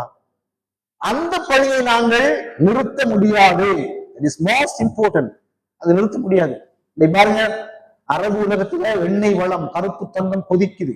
இவ்வளவு நம்ம 30-40 வருஷத்துல சவுதியில எண்ணெய் இருக்காது. தங்களோட தேவையை 15 வீதத்தை மட்டும் உற்பத்தி செய்கிற அமெரிக்காவிலே 150 ஆண்டுகளுக்கு இன்னும் எண்ணெய், கச்சா எண்ணெயை சேமிப்பில் அவர்கள் வைத்திருக்கிறார்கள். எண்ணெயை உற்பத்தி செய்கின்ற சவுதி அரேபியா செகண்ட் கண்ட்ரி இந்த எக்ஸ்போர்ட் கண்ட்ரி, ஃபர்ஸ்ட் கண்ட்ரி இந்த ரஷ்யா. இந்த செகண்ட் கண்ட்ரியில இன்னும் வித்தின் நெக்ஸ்ட் 30 years கம்ப்ளீட்லி இந்த எண்ணெய் வளம் will be extinct, இல்லாம போயிடும். ஆனா இல்ல, 15 வீதம் உற்பத்தி செய்யறாங்க, 85 வீதம் மத்திய கிழக்கு 100 ஆண்டுகள் தங்கி இருந்து இன்னும் 150 ஆண்டுகளுக்கு எப்படி சேமித்து வச்சுக்காங்க. That's called the futuristic view, futuristic vision. எதிர்கால நோக்கு. சூரத்து யூசுஃபை படித்து பாருங்க, என்ன சொல்றாங்க அல்லாஹ்? எதிர்கால நோக்கு. சூரத்து ரூம் எதிர்கால நோக்கு. தம்பி, பாரசீகர்களை, ரோமர்களை பாரசீகர்கள் வெற்றி கொண்டார்கள், நீங்க சந்தோஷப்படுறீங்க, பாரசீகம் பக்கத்துல இருப்பான்னு சொல்லி, அப்படித்தானே? இல்ல, ஃபியூச்சர்ல ரோம் திருப்பி பாரசீகத்தை வந்து டிஃபீட் பண்ணுவானப்பா. நீங்க இதையும் விளை கொள்ளுங்க, ஜியோ பொலிட்டிக்ஸை விளை கொள்ளுங்க, ஃபியூச்சரிஸ்டிக்கையும் பாருங்க. எதிர்கால நோக்கு எங்களுக்கு இருக்கா? எங்கட பிரச்சனைடா, 3 நாள் 4 நாள் சாப்பிட்டோம், தூங்கினோம். இப்ப நோம்பு வந்து நோம்பை பத்தி கதப்போம், பேசுவோம், எல்லாம் செய்வோம். நோம்பு என்னத்துக்கு வந்துச்சு அது எங்களுக்கு இன்னும் தெரியாது, இன்னுமே தெரியாது. நோம்பு பிடிச்சு கொண்டிருக்கிறோம். இதே உண்மை. லாலக்கு தத்தக்குள்ள என்ன அர்த்தம்? நம்ம ஏதாவது தேடி பார்த்தோமா? நோம்பு குர்ஆனுடைய மாதம், குர்ஆன் விளங்கு குறைஞ்சு தர்ஜுமாவையா வச்சு பார்த்தோமா? நல்ல 5 மணியா 4 மணியான ரோட்டெல்லாம் கஞ்சி பாரோட உள்ளே போக சம்சா அது இது அள்ளி திண்டு ஒரு பள்ளியில போய் கொஞ்சம் போட்டு அங்கேயும் வந்து ரமலான் நோம்புக்கு நீங்க வச்சு போட்டு திருப்பி வந்து சார் தூங்குறதுக்கு முந்தி ஒருத்தர் முன் சாப்பாடு போட்டு சாப்பிடுறோம். அந்த நோம்பு இப்ப வச்ச நோம்பு, பள்ளியில வச்ச நோம்பு இங்க உடைச்சிட்டான். ஒரு செயற்கு தந்து எல்லாருடைய நோம்பு காலம் தான் 3/4 4 மடங்கு நமக்கு செலவு கூட, உணவு செலவு. சகுரு தாம். ஏனென்றா எங்களோட நாலேஜ் நாங்கள் அதை டெவலப் பண்ணவில்லை. எல்லாத்திலும் நாலேஜ் என்பது ஒரு பெரிய பவர் என்று ஐன்ஸ்டைன் மட்டும் சொல்லல, குர்ஆன் சொல்லுது. உங்களுக்கு யாருக்கு அறிவு வழங்கி இருக்கிறோமோ அவர்களுடைய தரஜாக்களை நாங்கள் உயர்த்தி இருக்கிறோம். அன்புக்குரியவர்களே, பணத்தை விட இன்றைக்கு உலகத்துல பாருங்க, நாலேஜ் எக்கானமி. இந்த நாட்டில் நாங்கள் எவ்வளவு பொருளாதார பெரியார்கள், இந்த நாட்டில் வர்த்தகர்களா எல்லாம் இருந்து தவண வணிக முறையில ரோட்டை உருவாக்கி, கொழும்பு அவிசாவில் ரோட்டை உருவாக்கினது முஸ்லிம். கொழும்பு அவிசாவில் கேவல் ரோட்டை உருவாக்கினது முஸ்லிம். ஏவன் ரோடு கண்டிட்டு கொழும்பு தவள முஸ்லிம்கள் மாடுகளை பிணைச்சி வணிகத்திறர்களை ஏற்றுக்கொண்ட ரோட் தான் இதெல்லாம். இன்றைக்கு A1 A2 சொல்றோம். ஆனா இன்னைக்கு நாங்க வணிகத்தில் எங்க இருக்கிறோம்? மிகவும் பின்னுக்கு இருக்கிறோம். என்ன காரணம் தெரியுமா? நாங்க ஃபியூச்சரை பார்க்கல, ஃபீஸிபிள் ஸ்டடியை பார்க்கல, பிளான் பண்ணல, ஸ்ட்ராட்டஜிக் பிளான் உங்களுக்கு இல்லை. இதெல்லாம் ஏன் இல்லை என்றால், பதியுதீன் மஹமூத் சொன்னாரு, எதிர்காலத்தை பற்றி சிந்திக்கிற 4 பேர் இந்த சமுதாயத்தில் இன்று இல்லாமல் இருக்குது. இதான் எனக்கு கவலைன்னு சொன்னார். பணம் பெரிய இன்வெஸ்ட்மெண்ட் அல்ல, நாலேஜ் தான் இன்வெஸ்ட்மெண்ட். அந்த ஸ்ட்ராட்டஜிக்கல் இதெல்லாம் குர்ஆனுக்கு, ஹதீஸுக்கு, இஸ்லாத்துக்கு முரணா இல்ல. குர்ஆன் எல்லாம் சொல்றார், யூ பிளான், நல்லதை பிளான் பண்ணுங்க, நாங்க அதுக்கு சப்போர்ட் பண்றோம். வல்லதீன ஜாஹது ஃபீனா லனஹ்தியன்னஹும் சுபுலனா. யூசுப் அலைஹிஸ்ஸலாம் கனவு கோலக்கு என்ன சொன்னாங்க? எதிர்காலத்தை சேமித்து வைக்காம பஞ்சத்தை தவிக்கிறது சேமித்து வை. That is futuristic view. So அன்புக்குரியவர்களே, நான் நிறைய உங்களோடு பேச விரும்புகின்றேன், நேரம் எனக்கு இடம் தரவில்லை. இந்த நூல் கல்வி பற்றி சகோதரர் அன்சப் அவர்கள் இங்கே ஒரு விஷயம் சொன்னார்கள். என்னென்றால், பாடசாலை கல்வி முறையில் பாருங்க, நீங்க ஒரு பாடசாலையில ABCD 4 கிளாஸ் 5 கிளாஸ் 6 கிளாஸ் வரை முஸ்லீம் ஸ்கூல்ல என்ன கிரேட் 1 200-250 பிள்ளைகள் வராங்க. 40 பேர்னு சொன்னா 5 கிளாஸ் இருக்குன்னு சொல்லி ஓலவில் எத்தனை பேர் வரான்? கிட்டத்தட்ட ஒரு 100 50 75 100 பேர் வரான்னு. A-level கிளாஸ்ல பாத்தீங்கன்னா 13 பொம்பளை பிள்ளையும் 5 ஆம்பளை பிள்ளையும் மிக. இதுதான் இலங்கை முழுக்க. நான் எல்லா ஸ்கூலுக்கு போய்க்கிறேன், 250 ஸ்கூலுக்கு போய்க்கிறேன். நான் 25 ஸ்கூலுக்கு போயிருக்கிறேன். 3-4 நாள் ப்ரோக்ராம். இவர் முக்கியமா பாயிண்ட் சொன்னாரு, இந்த ஸ்டடி இல்ல இருக்கு. என்னுடைய பிஎஸ்டி தீசிஸ் என்ன தெரியுமா? செகண்டரி ஸ்கூலிலே கம்பா டிஸ்ட்ரிக்ட்லே டிராப் அவுட் எப்படி இருக்கு, அதான் என்னுடைய ரிசர்ச். அதுக்காக நான் நேற்று உலகம் வந்து எல்லா லிட்டரேச்சரையுமே படிச்சுட்டு நான் கண்டுபிடிச்ச ஒரு விஷயம் என்ன தெரியுமா? ஓலோடு இந்த மாவட்டத்தில், அதான் எல்லா மாவட்டத்திலும் உள்ள உண்மை, we can generalize, என்ன 50% ஆம்பளை பிள்ளைகள் ஓலவலோடு முஸ்லிம் பள்ளிக்கூடத்துல பாடசாலை கல்விக்கு பாய் காட்டுறார் அவுட். அதனால்தான் ஏலவலுக்கு பாத்தீங்கன்னா 15 பொம்பளை பிள்ளைகள், 5 ஆம்பளை பிள்ளைகள். அப்ப கடந்த 10 இயர்ஸ்ல நடந்து என்ன 65 to 70% யூனிவர்சிட்டி போறாங்க கேர்ள்ஸ், பேலன்ஸ் 30% தான் ஆம்பளை பிள்ளைகள். நான் இந்த புத்தகம் பாருங்க, டேட்டா எல்லாம் இதுல இருக்கு, நீ பார்க்கலாம். பெண் கல்வி படிச்சு பாருங்க. 90களில் நாங்கள் விவாதம் செய்தோம், ஆய்வு மன்றம் நான் கூட கலந்து கொண்டிருக்கேன். பொம்பளை பிள்ளை படிக்காங்கல்ல படிக்கணுமே என்று. இன்றைக்கு 2026 நாங்கள் ஒரு ஆய்வை தொடங்க வேண்டி இருக்கிறது. ஏழு ஆம்பளை பிள்ளைகள் படிக்கிறாங்க. அடுத்தது அப்சைட் டவுன். சோ அன்புக்குரியவர்களே, கல்வி அறிவு வந்து அல்லாஹ் சொல்றான், சோஷியல் சஸ்டைனபிலிட்டியும் எக்கானமிக் சஸ்டைனபிலிட்டி, நாலேஜ் எக்கானமி. என்னடா நாங்க எல்லாத்திலையும் கொடி கட்டி பிறந்தோம், விழுந்திருக்கமே தெரியுமா? என்னுடைய எக்கானமி நாலேஜ் பேஸ்ட் ஆக இருக்கவில்லை. That's the reason. இப்ப அறிவு இந்த உலகத்தில் என்ன தெரியுமா நடக்கிறார்? ரிசர்ச் செஞ்சு இப்ப நான் வந்து கண்ணத்தியால் ஒரு பொடியை பைக்ல போறான், அவன் போனை அந்த பைக்ல வைக்கிறதுக்கு இப்ப எல்லாரும் ஸ்டாண்ட் வந்துட்டு எப்படி உலகம் வேகமா போடுவாரு. அட நீ பைக்ல போகவே நேரமாடா நிறுத்தி போட்டு கேட்கிறாங்க. அவ்வளவு பேச்ச உனக்கு உனக்கு 2 சிம் 3 போன் என்னத்த கதைக்க அல்லாத்தான் அருவா அவ்வளவு கதை. இவன் வந்து பைக்ல ரொம்ப கதைக்கணுமா? அப்படி பார்க்கணும். போன் இவன் தான் போட்டுக்கான், இங்க போட்டு கதைக்கிறான். நிறைய பேருக்கு பாருங்க, 25 வருஷத்துக்கு ஒரு நாட்டுல உள்ள அரப்போம் காவாசி பேரு ஷெய்டா ஜாயிப்பாங்க. ஷெய்டு பிள்ளைங்க தெரியுமா? யூகே யூஎஸ் எல்லாம் பாத்தீங்கன்னா நிறைய பேருக்கு ஷெய்டு 15 வயசுல எப்படி இதை போட தொடங்கினது. எல்லாம் படிச்சுக்கான இதெல்லாம் போடாம இயல்பா கேட்கறதுக்குடா. இவன் என்ன மோட்டர் பைக்ல போகணும். இப்ப நான் பாக்குற புதிய விஷயம், இவன் பைக்ல மோட்டர் பைக்ல வந்து அந்த ஸ்டாண்ட்ல போனை போட்டுக்கிற மழை பெஞ்சா அதுக்கு சைனாக்காரன் பேர் கொடையை கண்டுபிடிச்சுக்கிறான், அந்த கொடையை போட்டுக்கிட்டு ஓடுறான். எப்படி புதிரம்? இப்ப இவனுக்கு ஓடுறது சரியா போடான்றதுக்கு அப்பால நான் கண்ட விஷயம் என்ன தெரியுமா? இந்த சைனாக்காரன் புத்திய பாருங்க பாபு. இவனுக்கு மோட்டர் பைக்ல போன ஸ்டாண்ட் போட்டா விற்பான். எல்லாரும் போட்டு போன் அடிமையாக்கி, எல்லாரும் போன் அடிமையாக்கிட்ட பஸ்ல கூட ஃபுல் சைலண்ட். அவ்வளவு இருக்கும். ஒரு பாட்டுக்கா, ஒரு பேஸ்புக்கா, ஒரு இன்ஸ்டாகிராம்லக்கா அந்த போனை கண்டுபிடிச்சா 250% வந்துட்டான். பாருங்க, அடுத்த கண்டுபிடிப்பு. மலையில போனா நம்ம கொடுத்த ஸ்டாண்ட்ல உள்ள போன் நிலையும் கொடையை பிடிச்சா அதையும் நம்ம விற்கலாம்டா. அவனோட ரிசர்ச் நாங்க எங்க இருக்கிறோம் அன்புக்குரியவர்களே? இதுதான் இந்த பவர் ஆஃப் நாலேஜ். அவன் ஃபாஸ்டா எங்கேயோ யோசிக்கிறான். நம்ம வீட்டுல உள்நாட்டுக்குள்ள பட்டி வச்சுக்கிறோம் ஷர்ட்டுகளோட hanger made in China. Research மெடிக்கல்கிட்ட எவ்வளவு ரிசர்ச் போய் கவலையோடு இருக்கிறவனே சந்தோஷமா இருக்கிறது. டெப்லெட் இருக்கு செயற்கையாக கரெக்ட் பீட் லீக்ஸ் எல்லாம் சைனாவில் செயற்கையா கண்டுபிடிச்சிருக்கிறார்.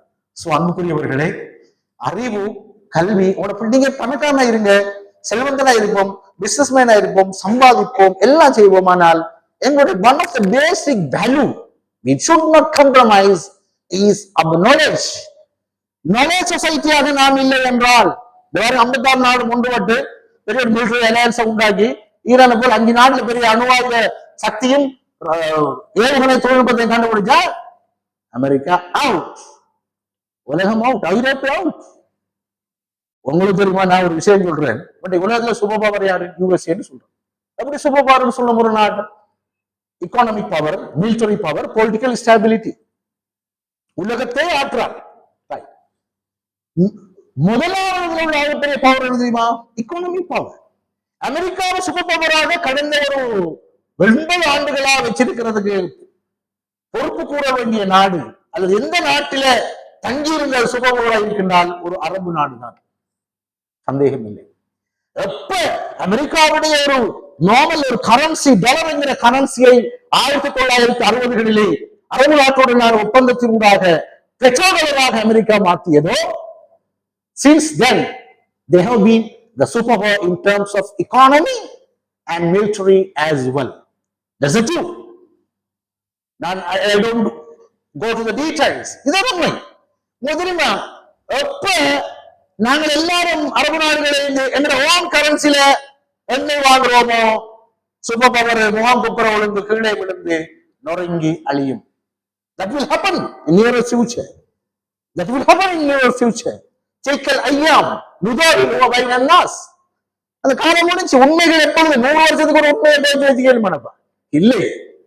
That will come out. அது வந்து கொண்டிருக்கு. That's a truth. அது எப்படி உலகம் எல்லாம் நிதி கொடுக்கல் வாங்கலுக்கு, உலகம் எல்லாம் ஏற்றுமதி இறக்குமதிக்கு ஒரு நாட்டுடைய நாணயம் மட்டும் சுழற்சியில் இருக்கிறது? இது நம்பக்கூடிய விஷயமா? Incredible, incredible. இது கேளா இம்பாசிபிள். என்ன பெட்ரோல்? சோ அது பாருங்க, இதெல்லாம் we have to think of it என்றால் think பண்ற சமுதாயம் ஹையர் எஜுகேஷன் பெற்ற சமுதாயம், இன்டெலெக்சுவல்ஸா இருக்கணும், ரிசர்ச்சரா இருக்கணும். ரிசர்ச் மைண்ட் உருவாக்குது குர்ஆன். அஃபலா யன்துரூன். you have to read, you have to see. So அன்புக்குரியவர்களே, இந்த உயர்கல்வி என்பது ஆக முக்கியம். என்ற கல்வி அதன் அடிப்படை முதலாம் ஆண்டு தான், பிரைமரி தான், செகண்டரி தான். டெர்ஷியரிக்கு வரணும்னா பிரைமரி செகண்டரி தான் பேஸ். பள்ளிக்கூடம் தான் யூனிவர்சிட்டிக்கான ஸ்டூடெண்ட்ஸ் உருவாக்குகின்ற வகையிலே பாடசாலை கல்வி என்பது முக்கியம். அதிலிருந்துதான் நாங்கள் பல்கலைக்கழகத்தை அடைகிறோம். சோ அந்த பாடசாலை கல்வியில உள்ள பிரச்சனைகள் எப்படி பல்கலைக்கழக கல்வியை பாதிக்கிறது என்றும் இந்த புத்தகத்தில் நான் மிக விரிவாக சொல்லி இருக்கின்றேன். நீ பார்க்கலாம். சோ அன்புக்குரியவர்களே, சோ என்னுடைய கடந்த 25 ஆண்டு கால 6 ரிசர்ச், கொழும்பு மாவட்ட முஸ்லிம்கள், மதரசா கல்வி, முஸ்லிம் விவாகரத்து சட்டம், அதுபோல முஸ்லிம்களுடைய வரலாறு, முஸ்லிம்களுடைய வரலாற்று எழுதியல், ஹிஸ்டோரியோகிராபி ஸ்ரீலங்கன் முஸ்லிம்ஸ், அந்த சீரீஸ்ல ஒன்றுதான் இது. எனக்கு இன்னும் 2 ஆய்வுகள் உண்டு. இலங்கை முஸ்லிம்களுடைய பொருளாதாரம், இலங்கை முஸ்லிம்களுடைய அரசியல். ஆய்வு ரீதியாக இன்ஷா அல்லாஹ் அதையும் நான் செய்ய வேண்டும் என்று ஆவலப்படுகின்றேன். அதுக்காக உங்களுடைய துஆவில் என்னை சேர்த்துக் கொள்ளுங்கள். இங்கே நீங்கள் வருகின்ற உங்கள் எல்லோருக்கும், குறிப்பாக நண்பர் நவீம் அவர்கள், அவர் கல்வித்துறையிலே தொடர்ச்சியாக தன்னுடைய மாஸ்டரை முடித்துக் கொண்டு இப்பொழுது ஒரு டாக்டரேட்டுக்காக தயாராகின்றார் இந்த மண்ணிலே இருந்து. அதிலும் குறிப்பாக ஒரு மிக ரேரஸ்டான ஃபீல்ட். நீ பாகிலும் என்னுடைய புத்தகத்துல போஸ்ட் கிராஜுவேட் எஜுகேஷன் என்று நான் ஒரு இது போட்டிருக்கேன். முஸ்லிம்ஸ் எப்படி இருக்கிறாங்க என்று. இதுவரைக்கும் நான் சேர்த்த பிஎஸ்சி முடிச்சார்கள் என்னென்ன துறையில எத்தனை பேர் இருக்கிறாங்கன்னு கூட ஒரு அட்டவணை நீங்க போய் பார்க்கலாம். சோ அந்த அட்டவணையில மிக ரேரஸ்டான ஒரு துறை சைக்காலஜி. எனக்கும் அதில் ஈடுபாடு உண்டு. நண்பர் அவர்கள் அதிலே ஒரு பிஎஸ்சி செய்யறதுக்கு தயாராகி வருகிறார். அது போல ஒரு சட்டத்தரணியாகவும் அவர் இருக்கின்றார்.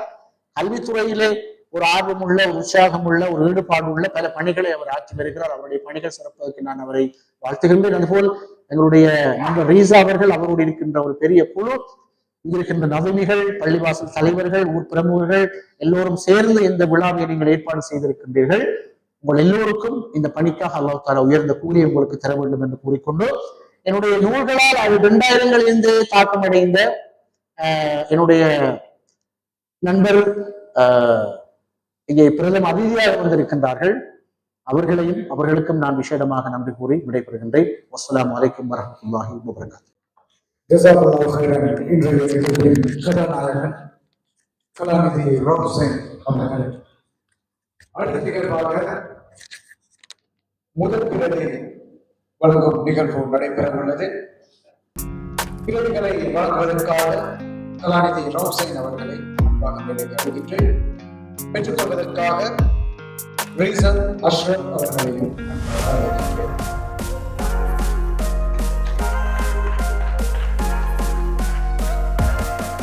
அடுத்ததாக ஆசிரியர் மொயின் அவர்களை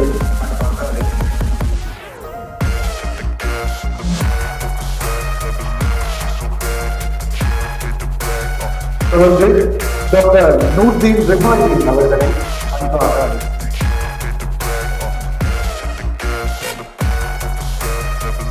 அல்ஹாஜ் நஜீம் அவர்களை புத்தக உறுப்பினர்களை பெற்றுக் கொள்வதாக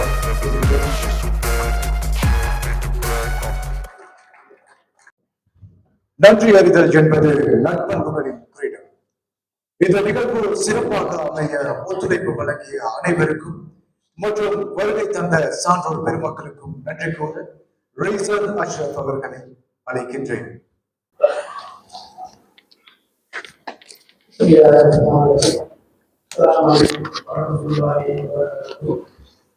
ஆரம்பமாக இந்த நிகழ்ச்சி வெற்றிகரமாக நடைபெறுவதற்கு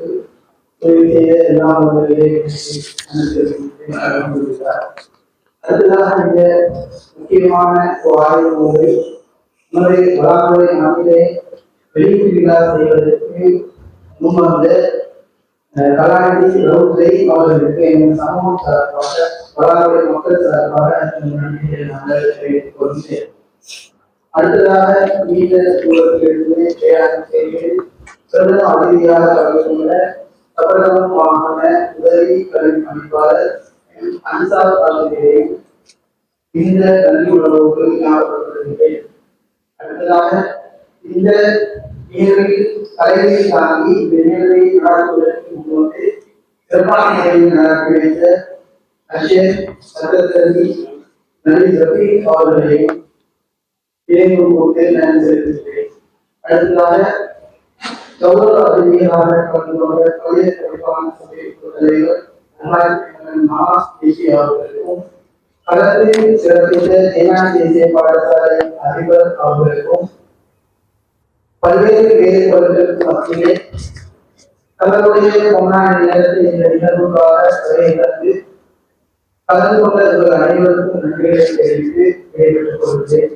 இப்போது இந்த நிகழ்வை பார்ப்பவர்கள் நிறைவு செய்து கொள்வோம்.